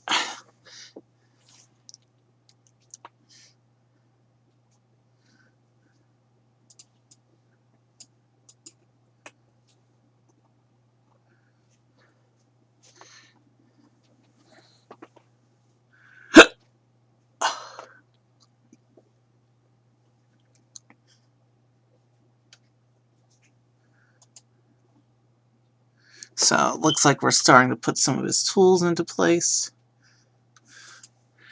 Because there's something.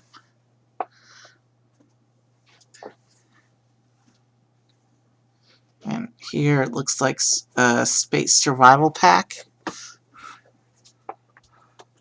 And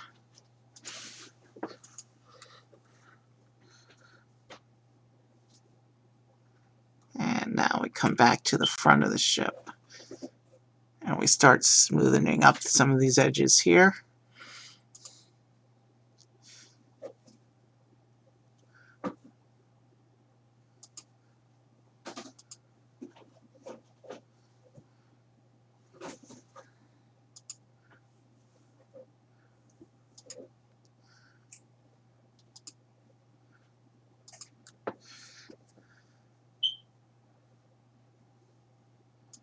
Alright, oh yeah, and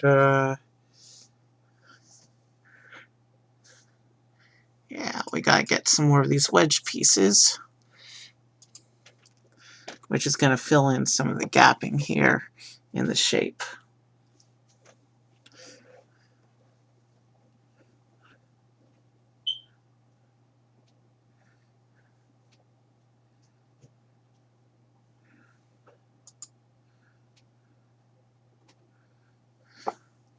Do the same thing on the other side, and weesh. should be good to go for this step.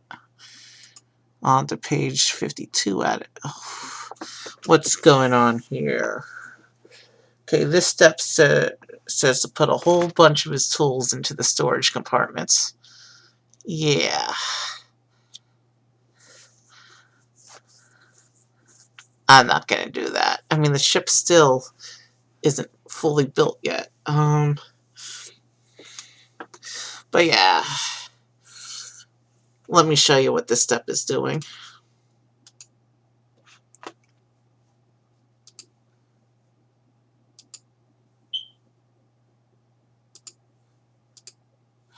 So, as you can see in this step, there's a storage crate that goes into the one storage compartment, and then a bunch of tools hiding out through the other storage compartments. We're not dealing with the loose tool pieces.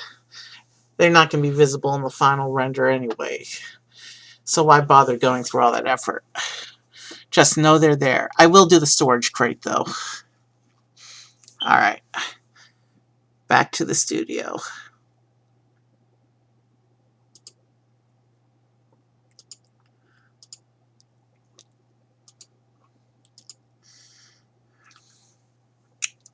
We're at exactly the 2-hour mark now.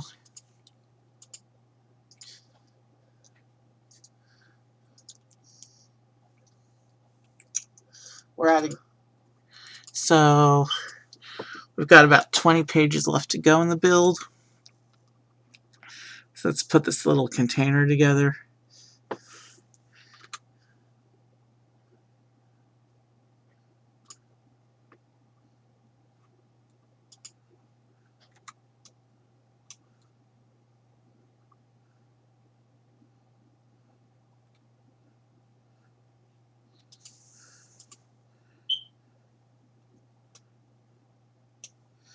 It says to put it inside this little section. It's not letting me do so. But maybe if I... Oh, and you know what I just noticed is printed on this? You know what's printed on this storage container? On the door of the storage container? The rebel symbol. That's pretty cool. Because the Falcon in this current configuration, with the current configuration of characters, represents a scene. It represents a scene where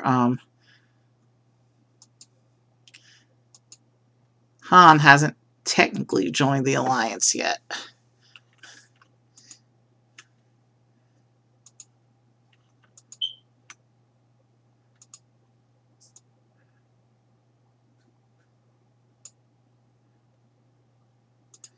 I don't know why my mouse is doing funky things. Give me a moment.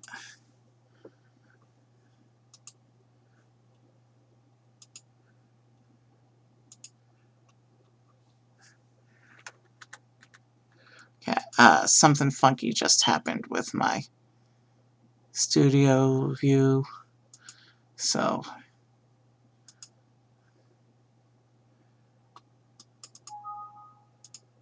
alright, so we've saved, and I'm going to restart the studio program because something funky is happening with it.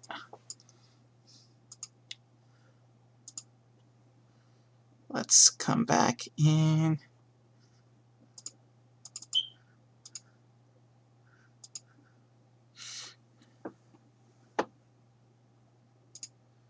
Alright, so we should open right back up to where we were.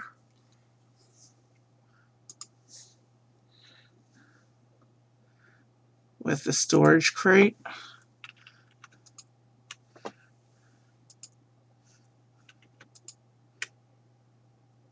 And let's raise that up a little bit off the floor so it doesn't trigger collision.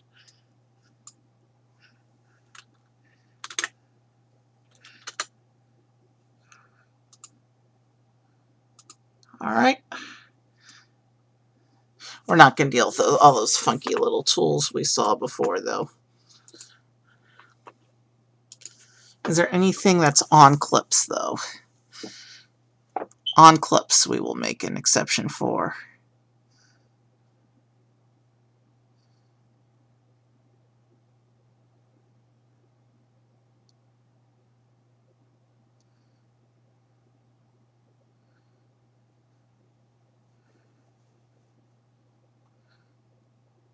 And this next step shows people standing throughout the room. So,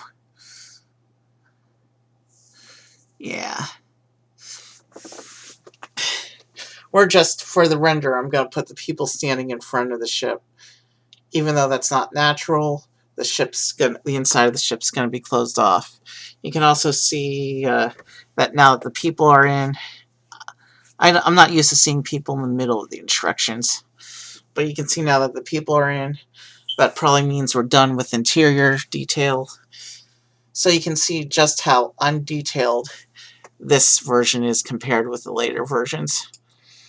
But still pretty cool. Alright. Looks like now we're going to build the top plate of the ship, so let's go ahead and make all this the bottom part of the ship.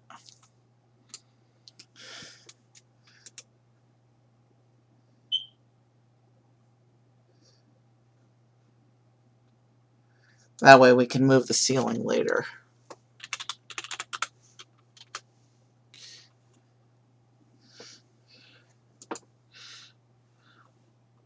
And then let's come up over here to start the top part of the ship as a separate build, and we can bring it in close later.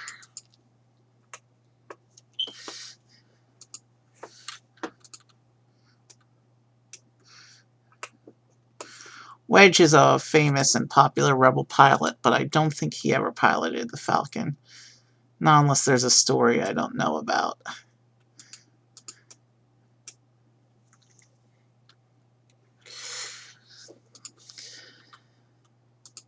We're within 200 pieces of finishing the model, though, not counting the characters. So we shouldn't be here too terribly longer, maybe another hour or so.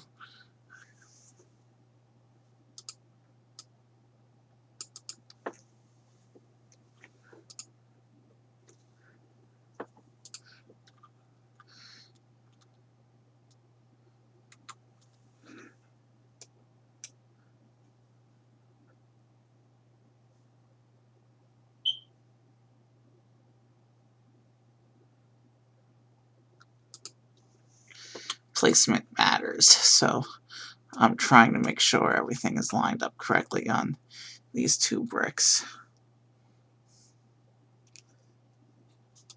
That looks like it should be correct.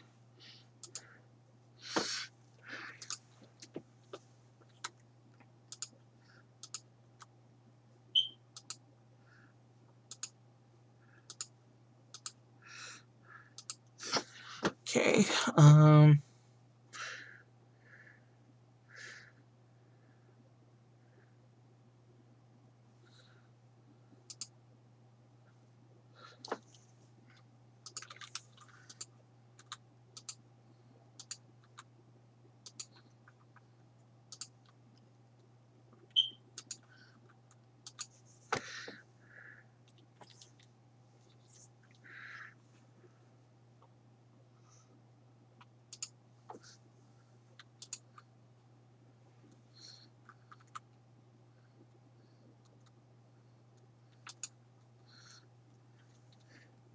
okay, it's 1:15 in the morning. I hope to be done with this by 1. We have another turntable. Same deal as before. I'm going to break that turntable to so that we can turn it later if we need to.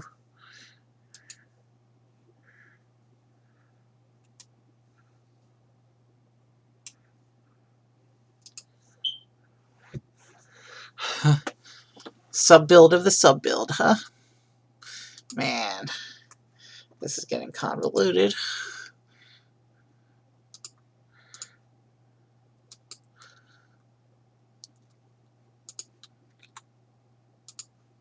But yeah, the piece counts are starting to dwindle quickly, which is a good sign because it means that the model's not going to take terribly much longer.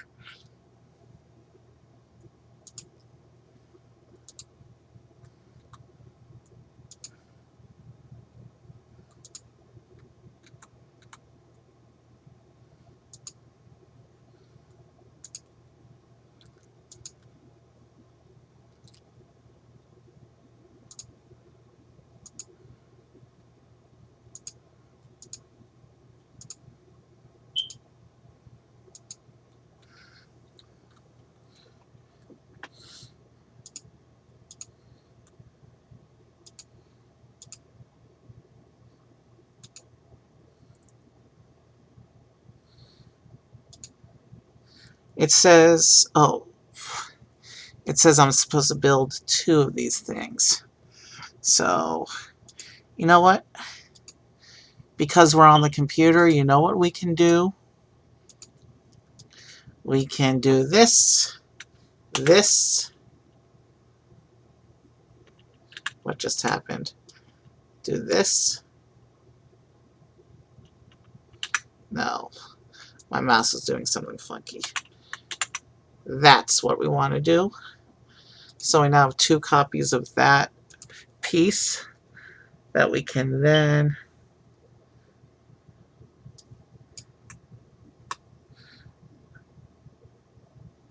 attach here, I think.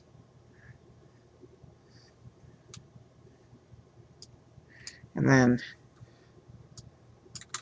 attach this piece on this side, same way.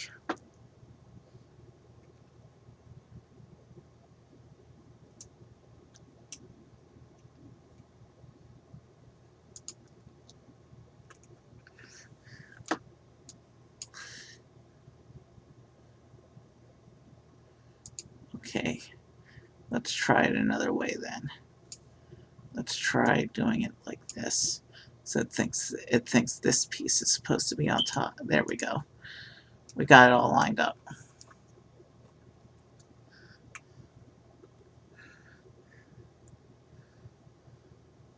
All right. Okay, I see what it's doing now.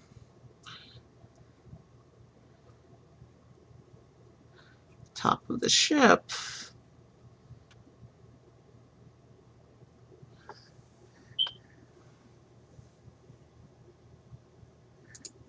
Is made up of these saucer pieces.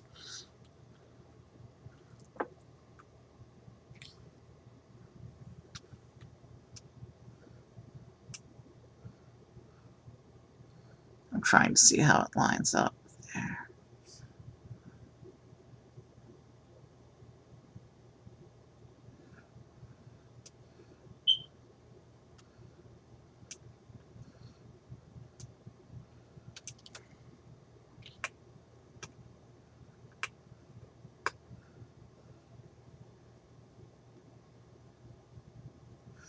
I think like that.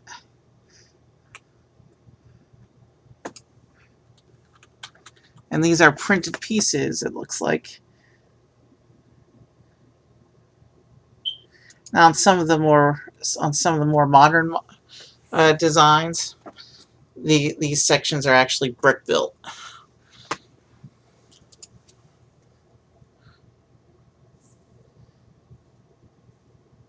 Okay. Doesn't look like we're starting with the other 2 panels just yet, so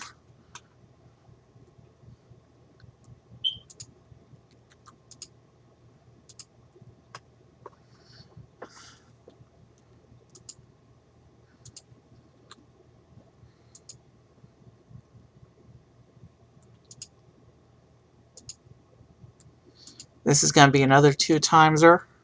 So we're going to do the same thing where we just copy it.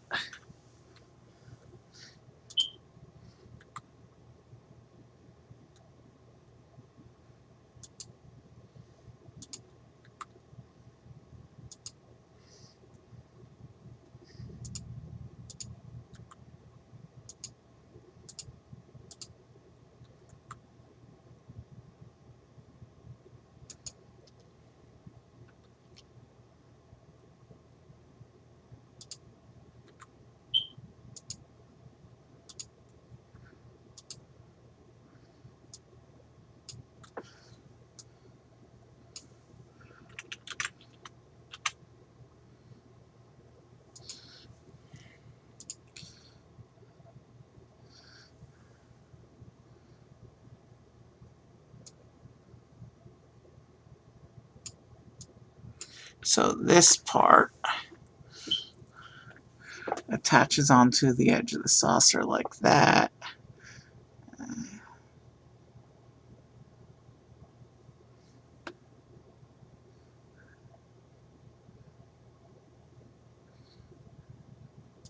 Oh, and I forgot a little thing here. So let's fix that real quick before it becomes an issue.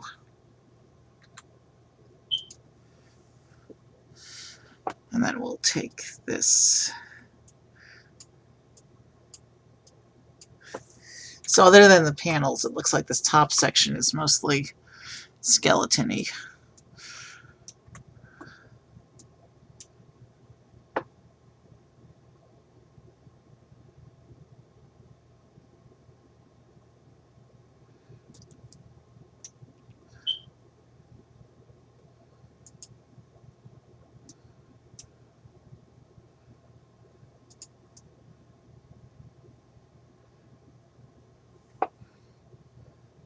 Okay, that looks roughly correct.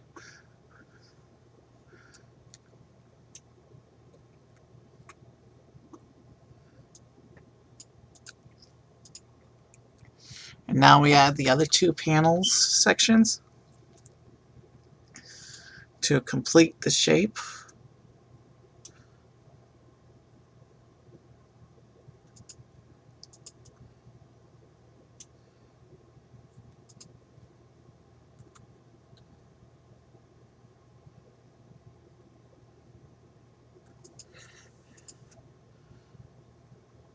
And man, I'm hoping everything's lined up correctly. It doesn't seem to be on this panel though.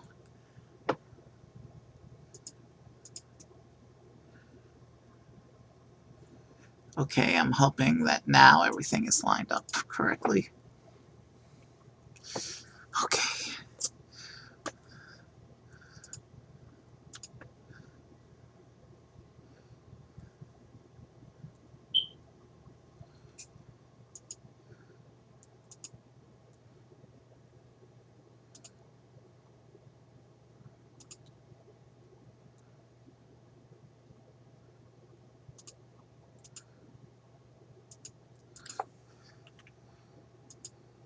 We're going to do Control C on these. It's going to save us a few seconds.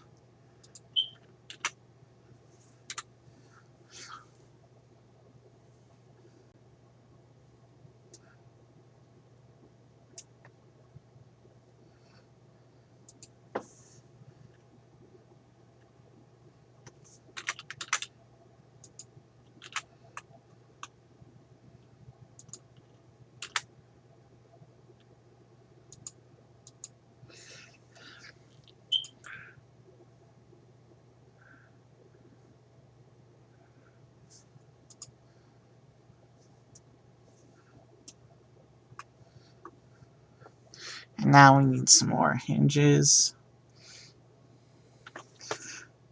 According to the piece count, we're about halfway done with this top section. There's not a terribly huge number of pages left in the instructions.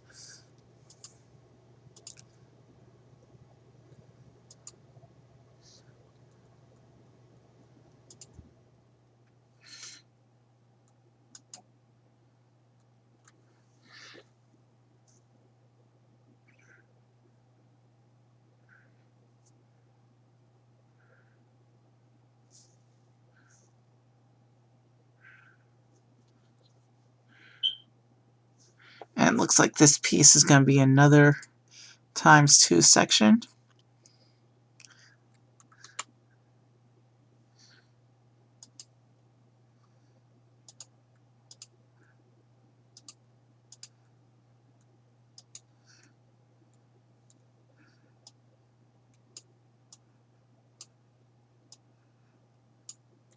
What the heck?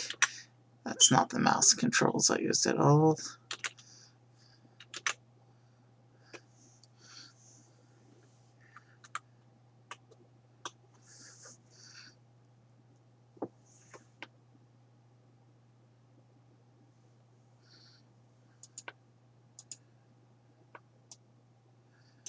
Okay, and these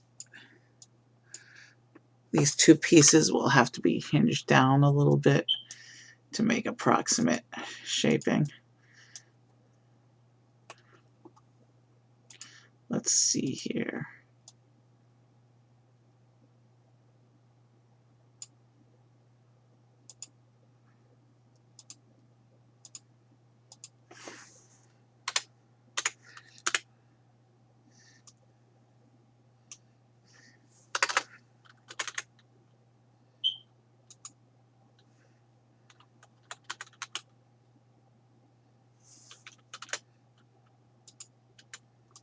What the heck?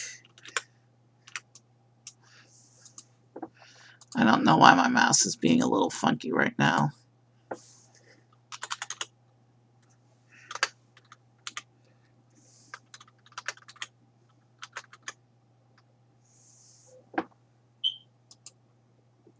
So it looks like we need to do 12 degrees down is what the math comes out to.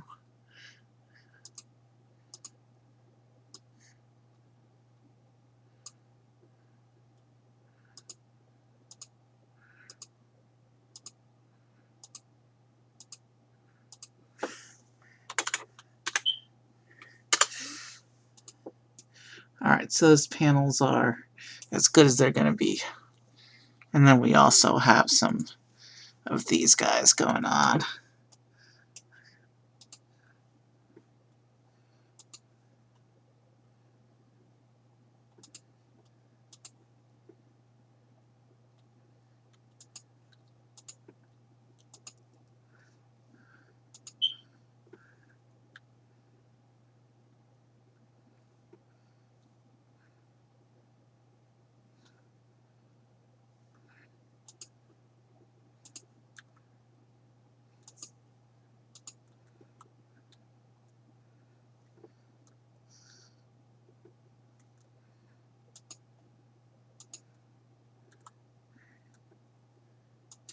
And just like that, another page is done. And now we got to come work on the panel for this side of the thing.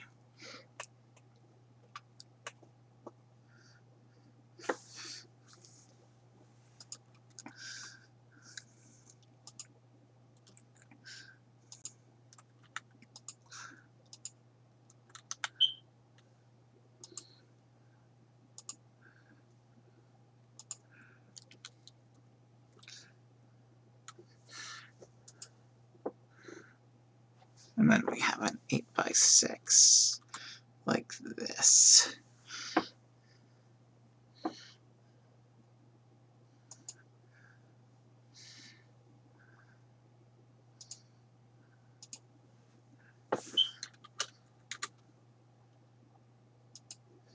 And now we get to that famous grill pattern on the back of the ship.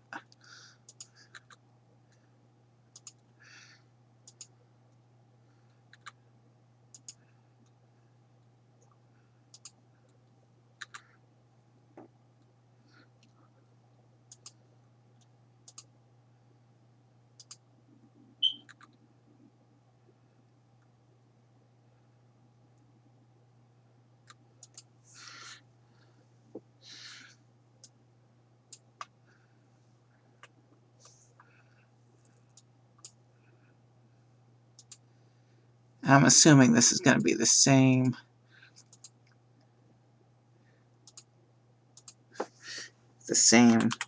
measurement. Yep. Okay.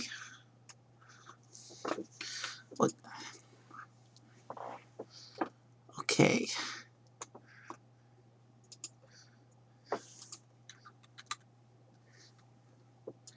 Just 3 pieces on this page, but this page is a doozy.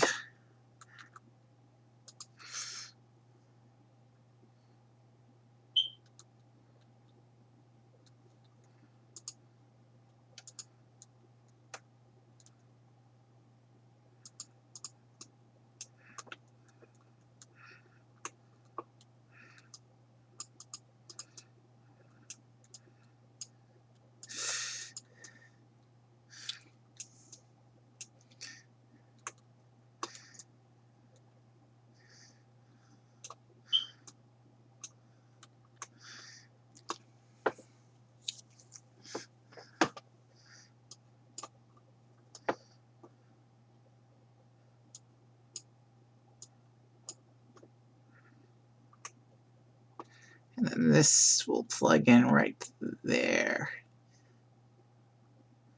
opposite the other one.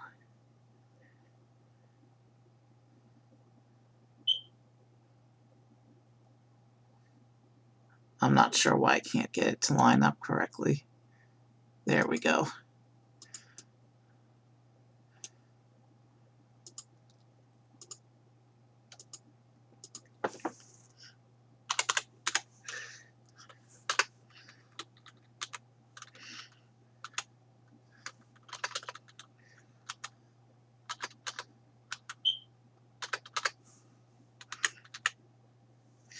This one needs to be at a little bit of a shallower angle because of its different shape.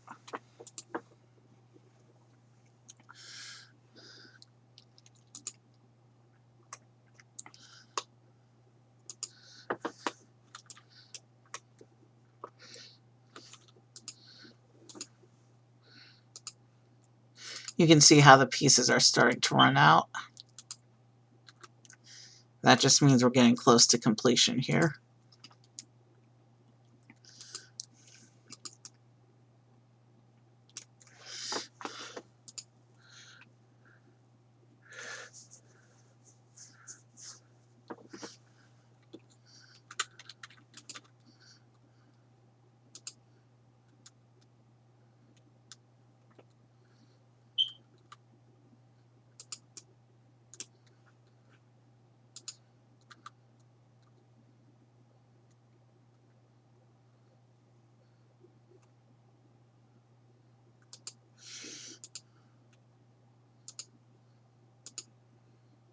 All right.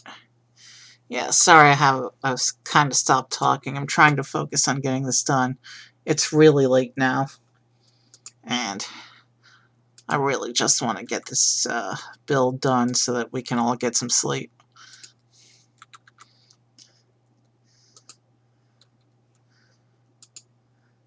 Technically, on the West Coast, in Disneyland's Galaxy's Edge, it's still Life Day for 2 more hours. But you'll remember I got a late start today. And something looks like it's not lined up correctly.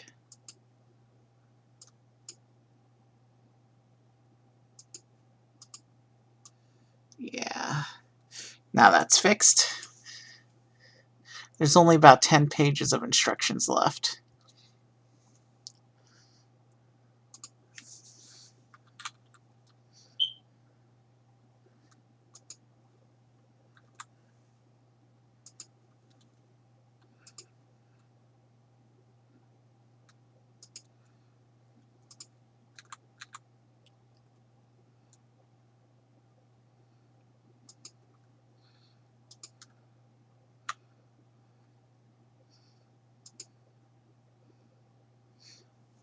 All right.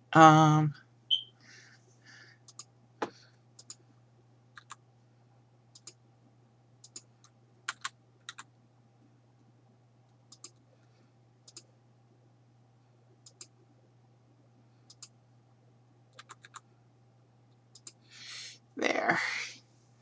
That step is in place. Okay, and now it's time for the famous gun turret. So let's come off to the side again.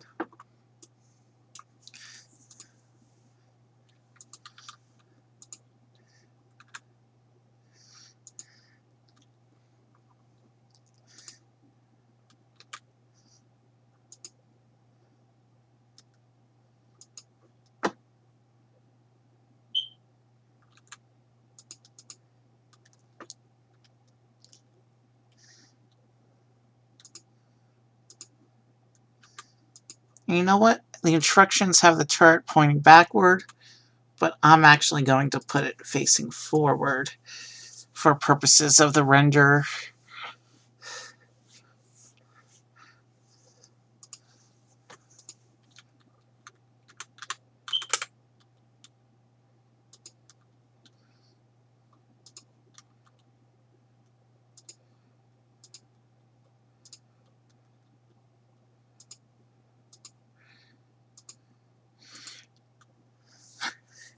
You know, for its time, for being vintage, the turret actually looks pretty good. And did you know Lego Star Wars was the first time that Lego produced military models? But that's because they were based on a fictional military. Lego had a strict rule against building real world military vehicles. They thought it would encourage violent play. And then Star Wars came along and saved them from bankruptcy. So they made an exception because those were military craft based on a fantasy world. So the turret has been built. And now we also have to build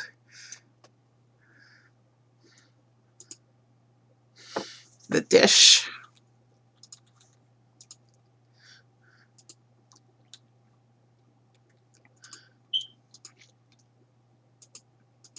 Same deal. Release the turntable so it can spin. We come back and get some more hinges for the dish.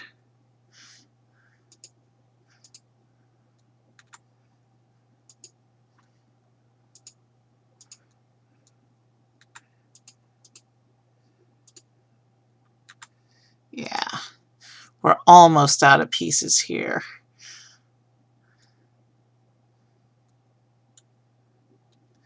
And it also has the dish facing backwards.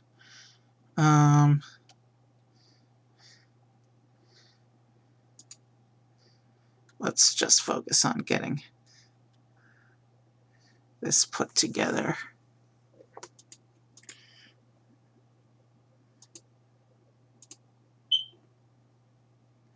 And let's move the dish so it's facing forward. And then I'll adjust that other hinge so it's facing a little bit upward. No, I did not click off of it. This mouse that I have now isn't as good as the mouse I had at the other house. That mouse went missing during the move, and this was my spare. But man, I'm missing the other mouse. This one's really not as good for Lego. For the hell, I had the whole thing selected. And now we're gonna plug in the dish here.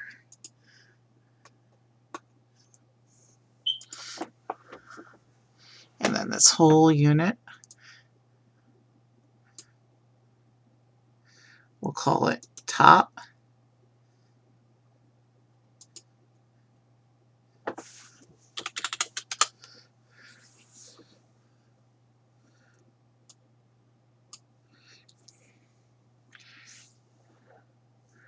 It looks like this whole thing is supposed to pin on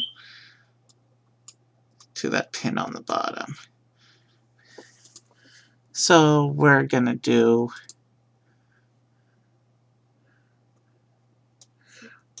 come here to the pinhole here. And pray this works.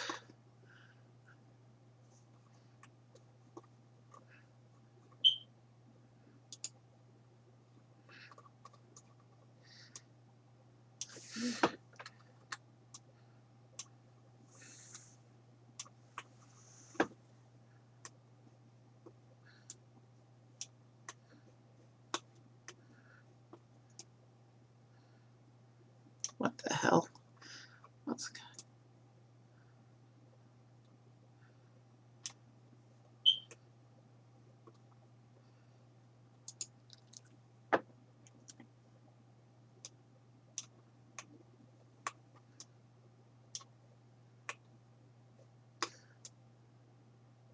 Oh yeah, we're gapping up.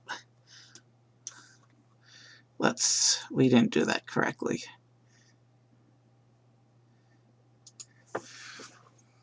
The bottom is the pin, so let's try that from the bottom this time. We're gonna connect from the bottom's connector instead this time.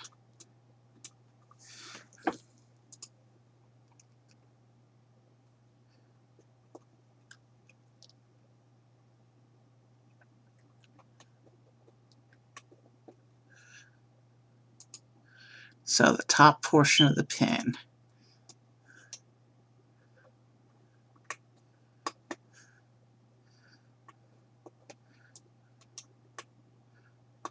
Needs to go into the top portion of this hole, like that.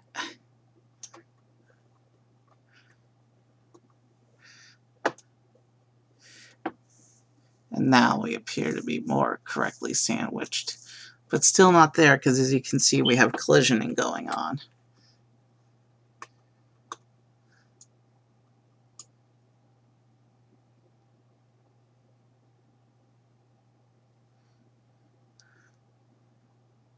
And now we just messed the whole thing up.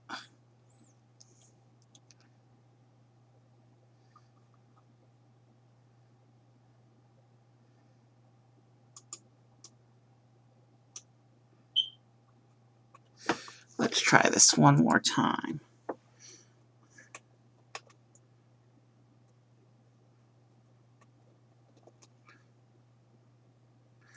So the bottom portion of the hole,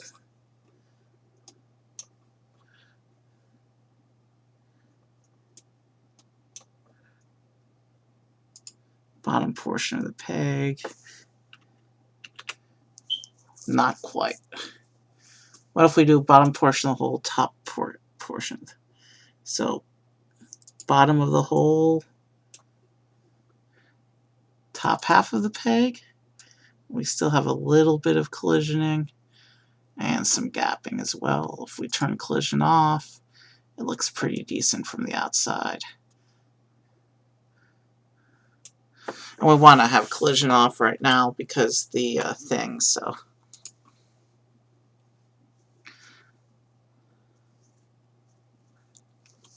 And now it wants me to make some landing gears.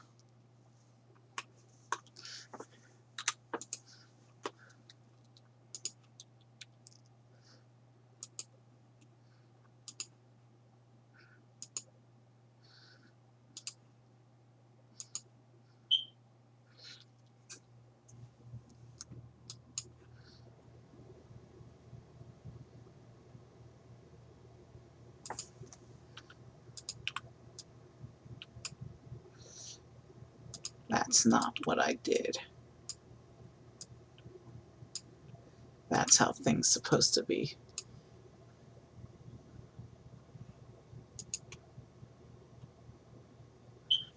So where exactly are they placed?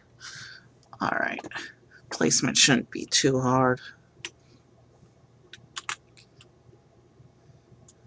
It says it's right on the bottom corner.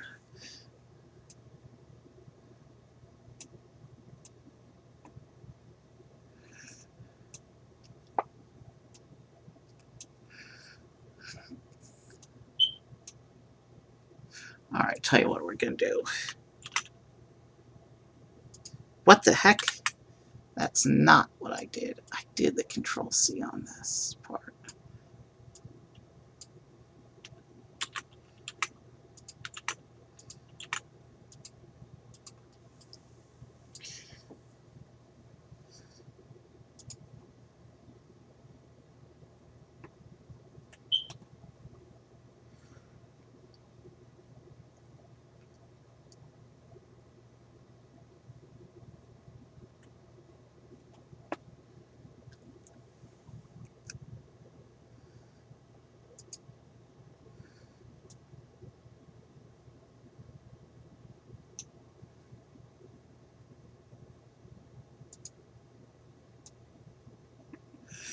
Okay.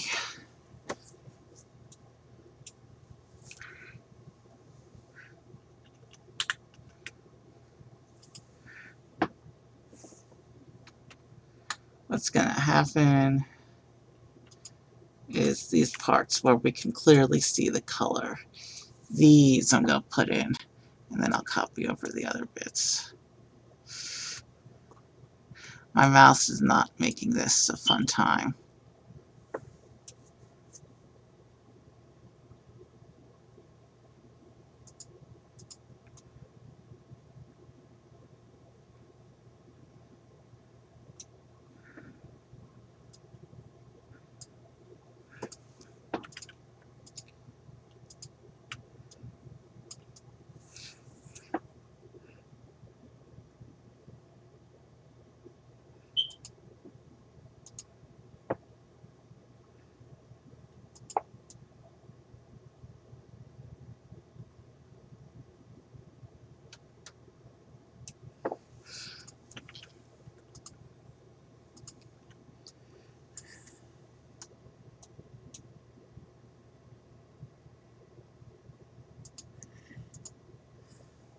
How much time have I been streaming? Over 2.5 hours. We're not going to play with the engine. I'm just going to do my render from the front. But I still have to make the characters.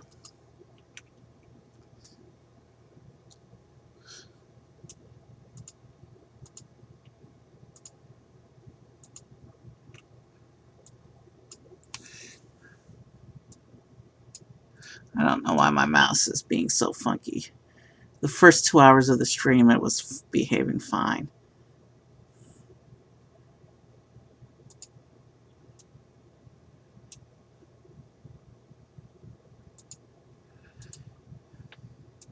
And now let's come back and add these bits.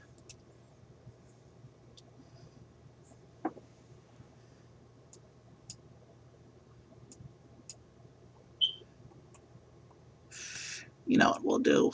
What we're going to do is we're going to select these 3 bits, take them out. We're going to line up, we're just going to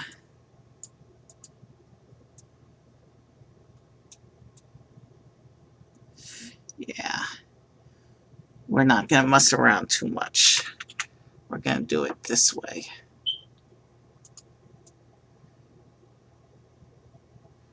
Once each landing gear is in position, we're going to leave it and move on.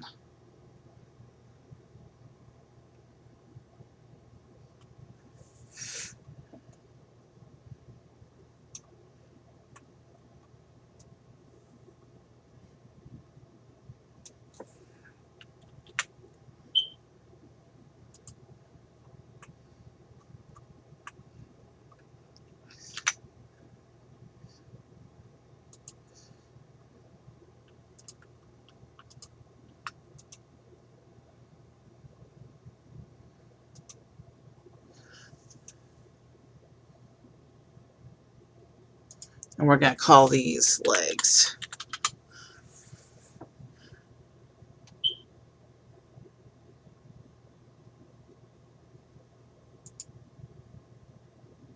Hold on. Undo that real quick. Because clearly something happened somewhere. There should be 16 parts here. Yep. Now we can make legs. And now, with that out of the way,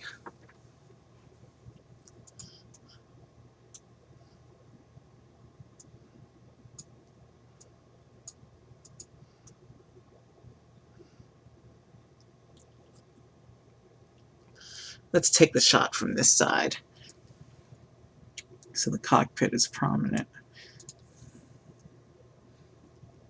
Turn off collision. We will turn collision off so that those last few detail bits come out. Let's bring the speeder down in front of it.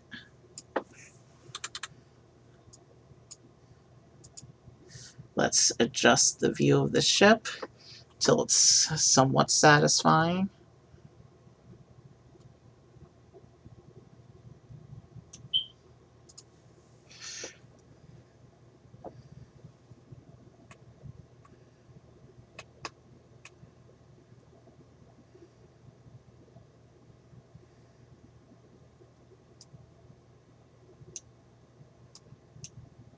Okay, all right. That looks like it's a nice position for the renderer. Now let's make the speeder. Let's give the speeder better positioning as well. And I will actually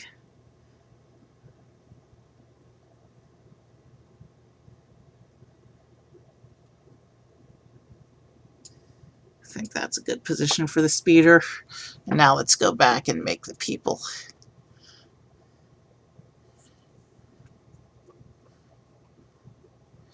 Yeah, there's a little comic in the back of this instructions, but I can't really make sense of it. Boba Fett's in the comic.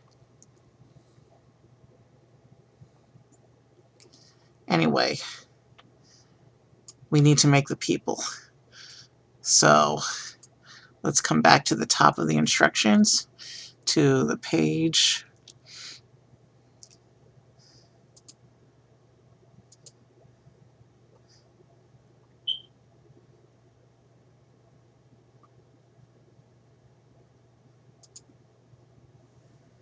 We're going to start by bringing droid legs out. And we're going to bring out, we're going to build these people one at a time. And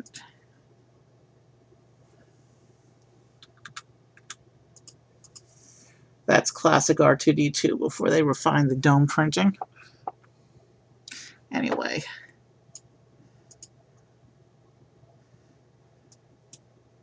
I don't want to.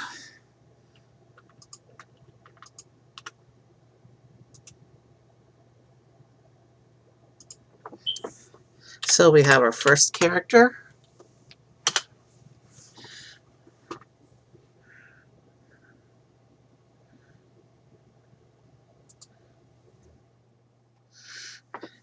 I'm not giving anyone weapons or anything. I just want to get this done.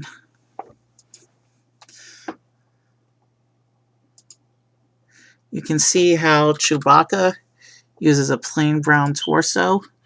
The reason for that is because he has a molded headpiece.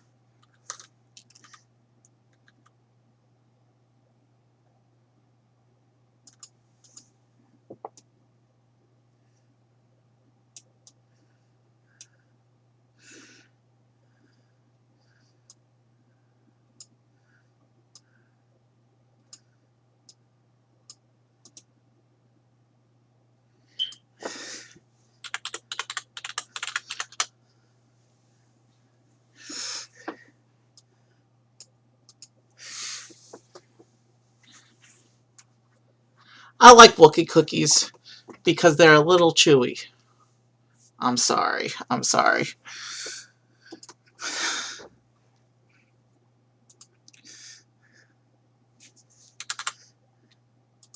Now let's do C-3PO.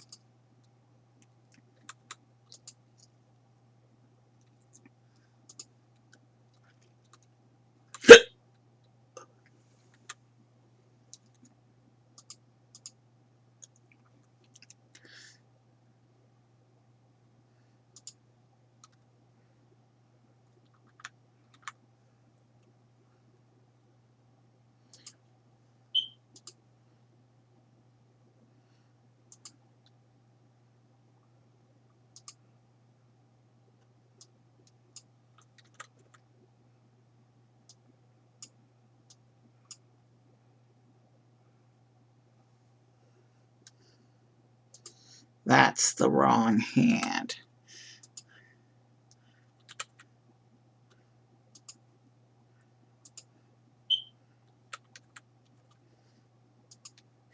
And now this droid needs to be reconnected with his head.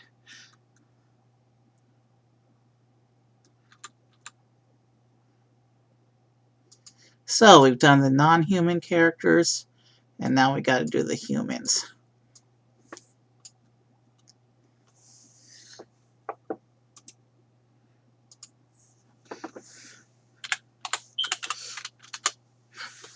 We'll line everybody up around each other when we finish.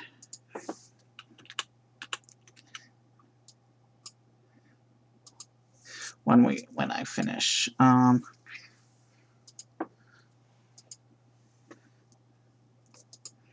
right. People. So it looks like Luke has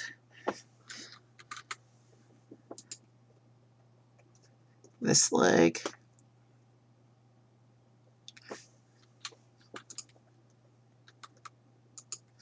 Torso. He needs white arms. And shoot.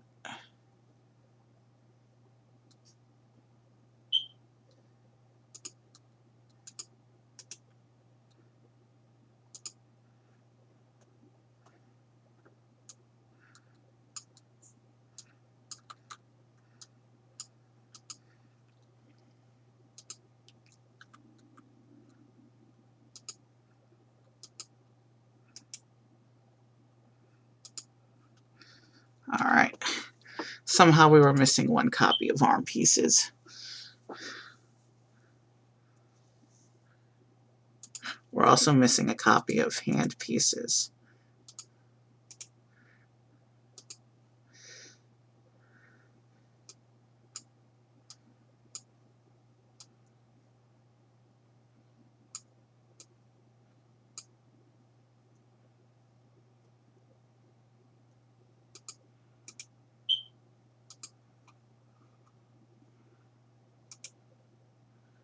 All right, we now have enough hands.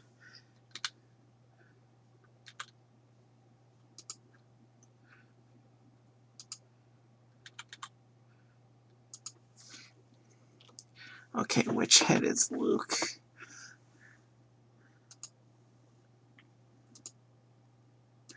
I think this head is meant to be Luke. Yeah.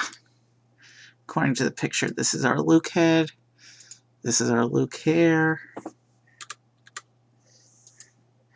And we have a pretty fairly standard farm boy Luke.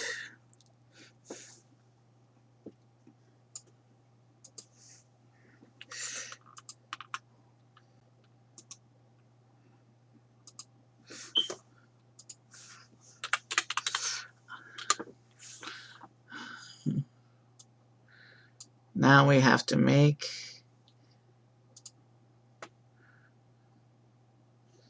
I'm not going to do anything funky with posing or anything. I'll just have them all standing around when we finish.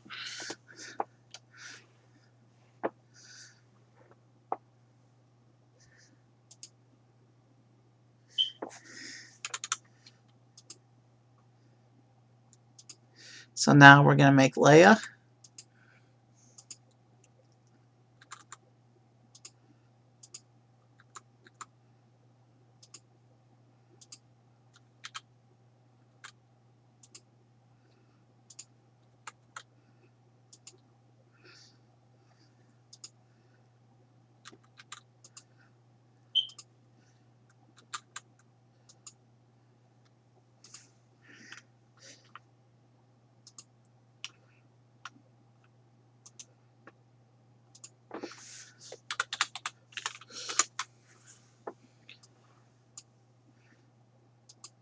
And now we just have to make one more person.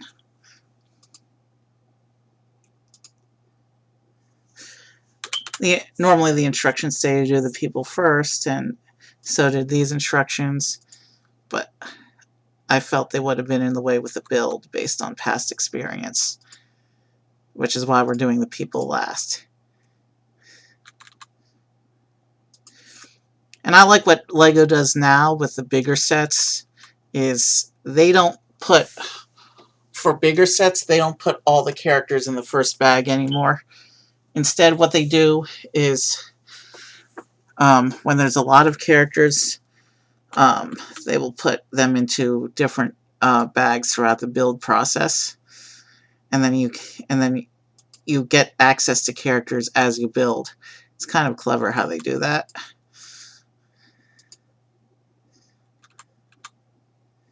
And there we go. Mr. Hotshot Pilot himself.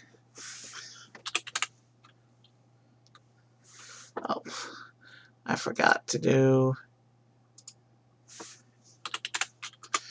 So we have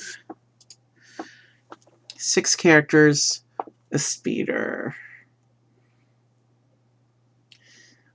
We have the ship itself that I've created into, that is 3 build sections in the system. Turn off collision so we have full detailing.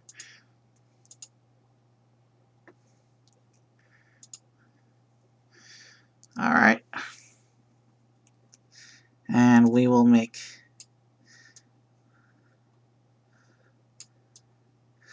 put Han in the front, and we will turn him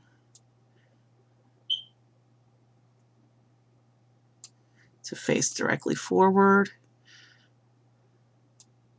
We're going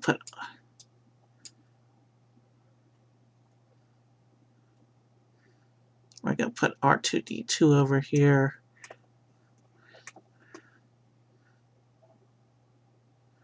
working on the speeder.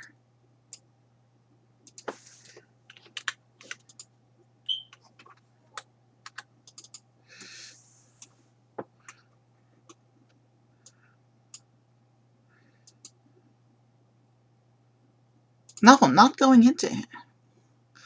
I don't know why it keeps telling me I'm doing that, but I'm not.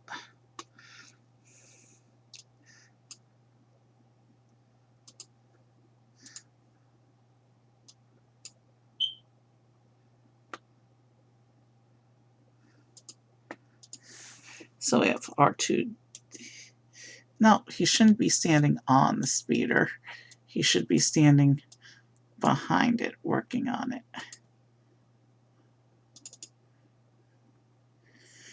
Okay. And then I have Chewbacca also over here. My mouse is, I don't know why my mouse is being so funky right now. Chewbacca over here also looking at the speeder. C-3PO hanging behind under the careful canopy of the ship.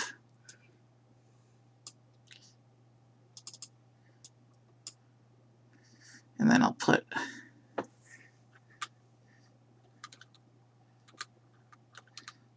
Leia here talking to C-3PO.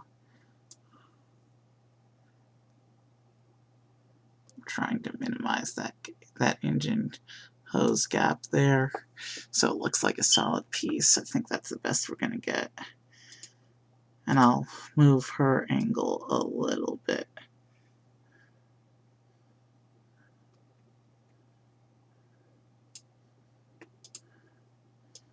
And she'll be over here hanging out with C-3PO. R2 and Chewie are working on the speeder. Han's just proudly showing off his ship.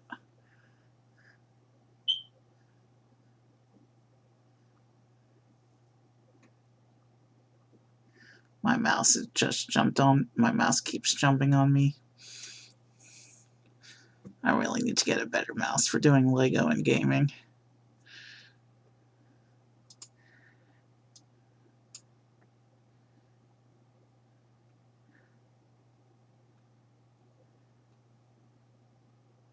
And I'll just put Luke over here in front of the ship.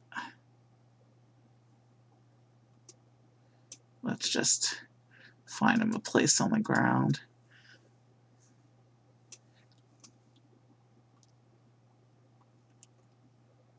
I want to have a little bit of the engine hose visible for effect purposes during the render. Yeah, I know you can't see Luke all that well. And we'll put him facing us slightly as well.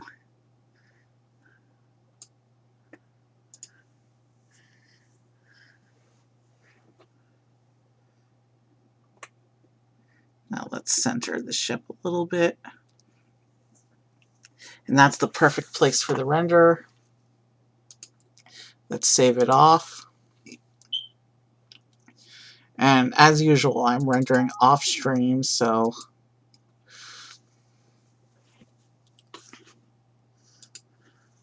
let's find somebody to raid. We have been streaming for 3 hours. We finished the build in 3 hours. Let me see if there's anyone to raid at this time of night. None of my normal musicians are on. One of my musicians is on, but says he's playing a game right now. Do I have it? Can't raid that channel. Okay, so he is... Is he doing music? No, that's past recordings. What's this channel doing? I'm just trying to find us a raid right now.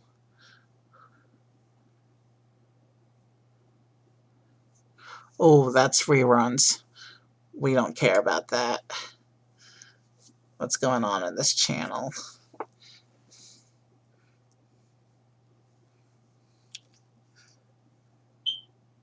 It's forcing me to watch an ad before I see what this other channel is like.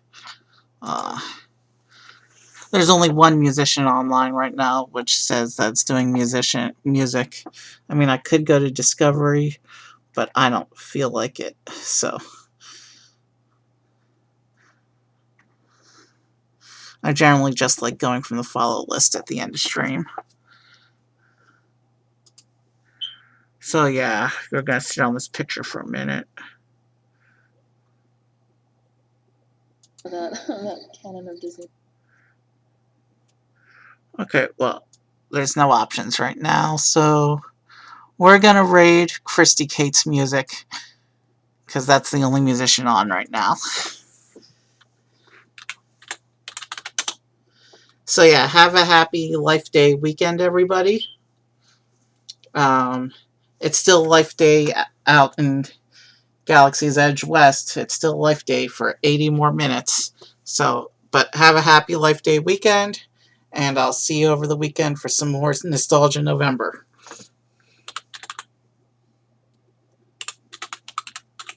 And have a good night. Oh, that musician has raids turned off. What can I do? Alright, we're gonna raid John Lee Music, who apparently is not actually doing music tonight. We've raided him before. He's kind of a regular raid for me, so. But I don't see any of my other musicians on except for one who isn't accepting raids. So, John Lee it is. Happy Life Day weekend and have a good night. Any of my other raids.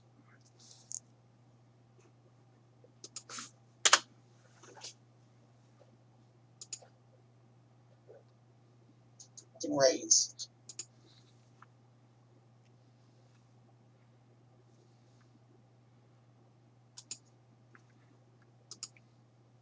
Raids.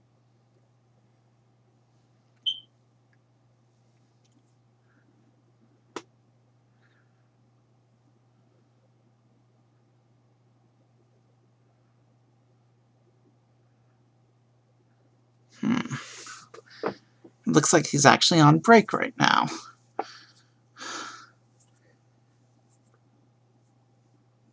Hey, what's up, Uncle Evie? Thanks for the raid. Let's see. And what's up, Mike? Good to see you. Yay.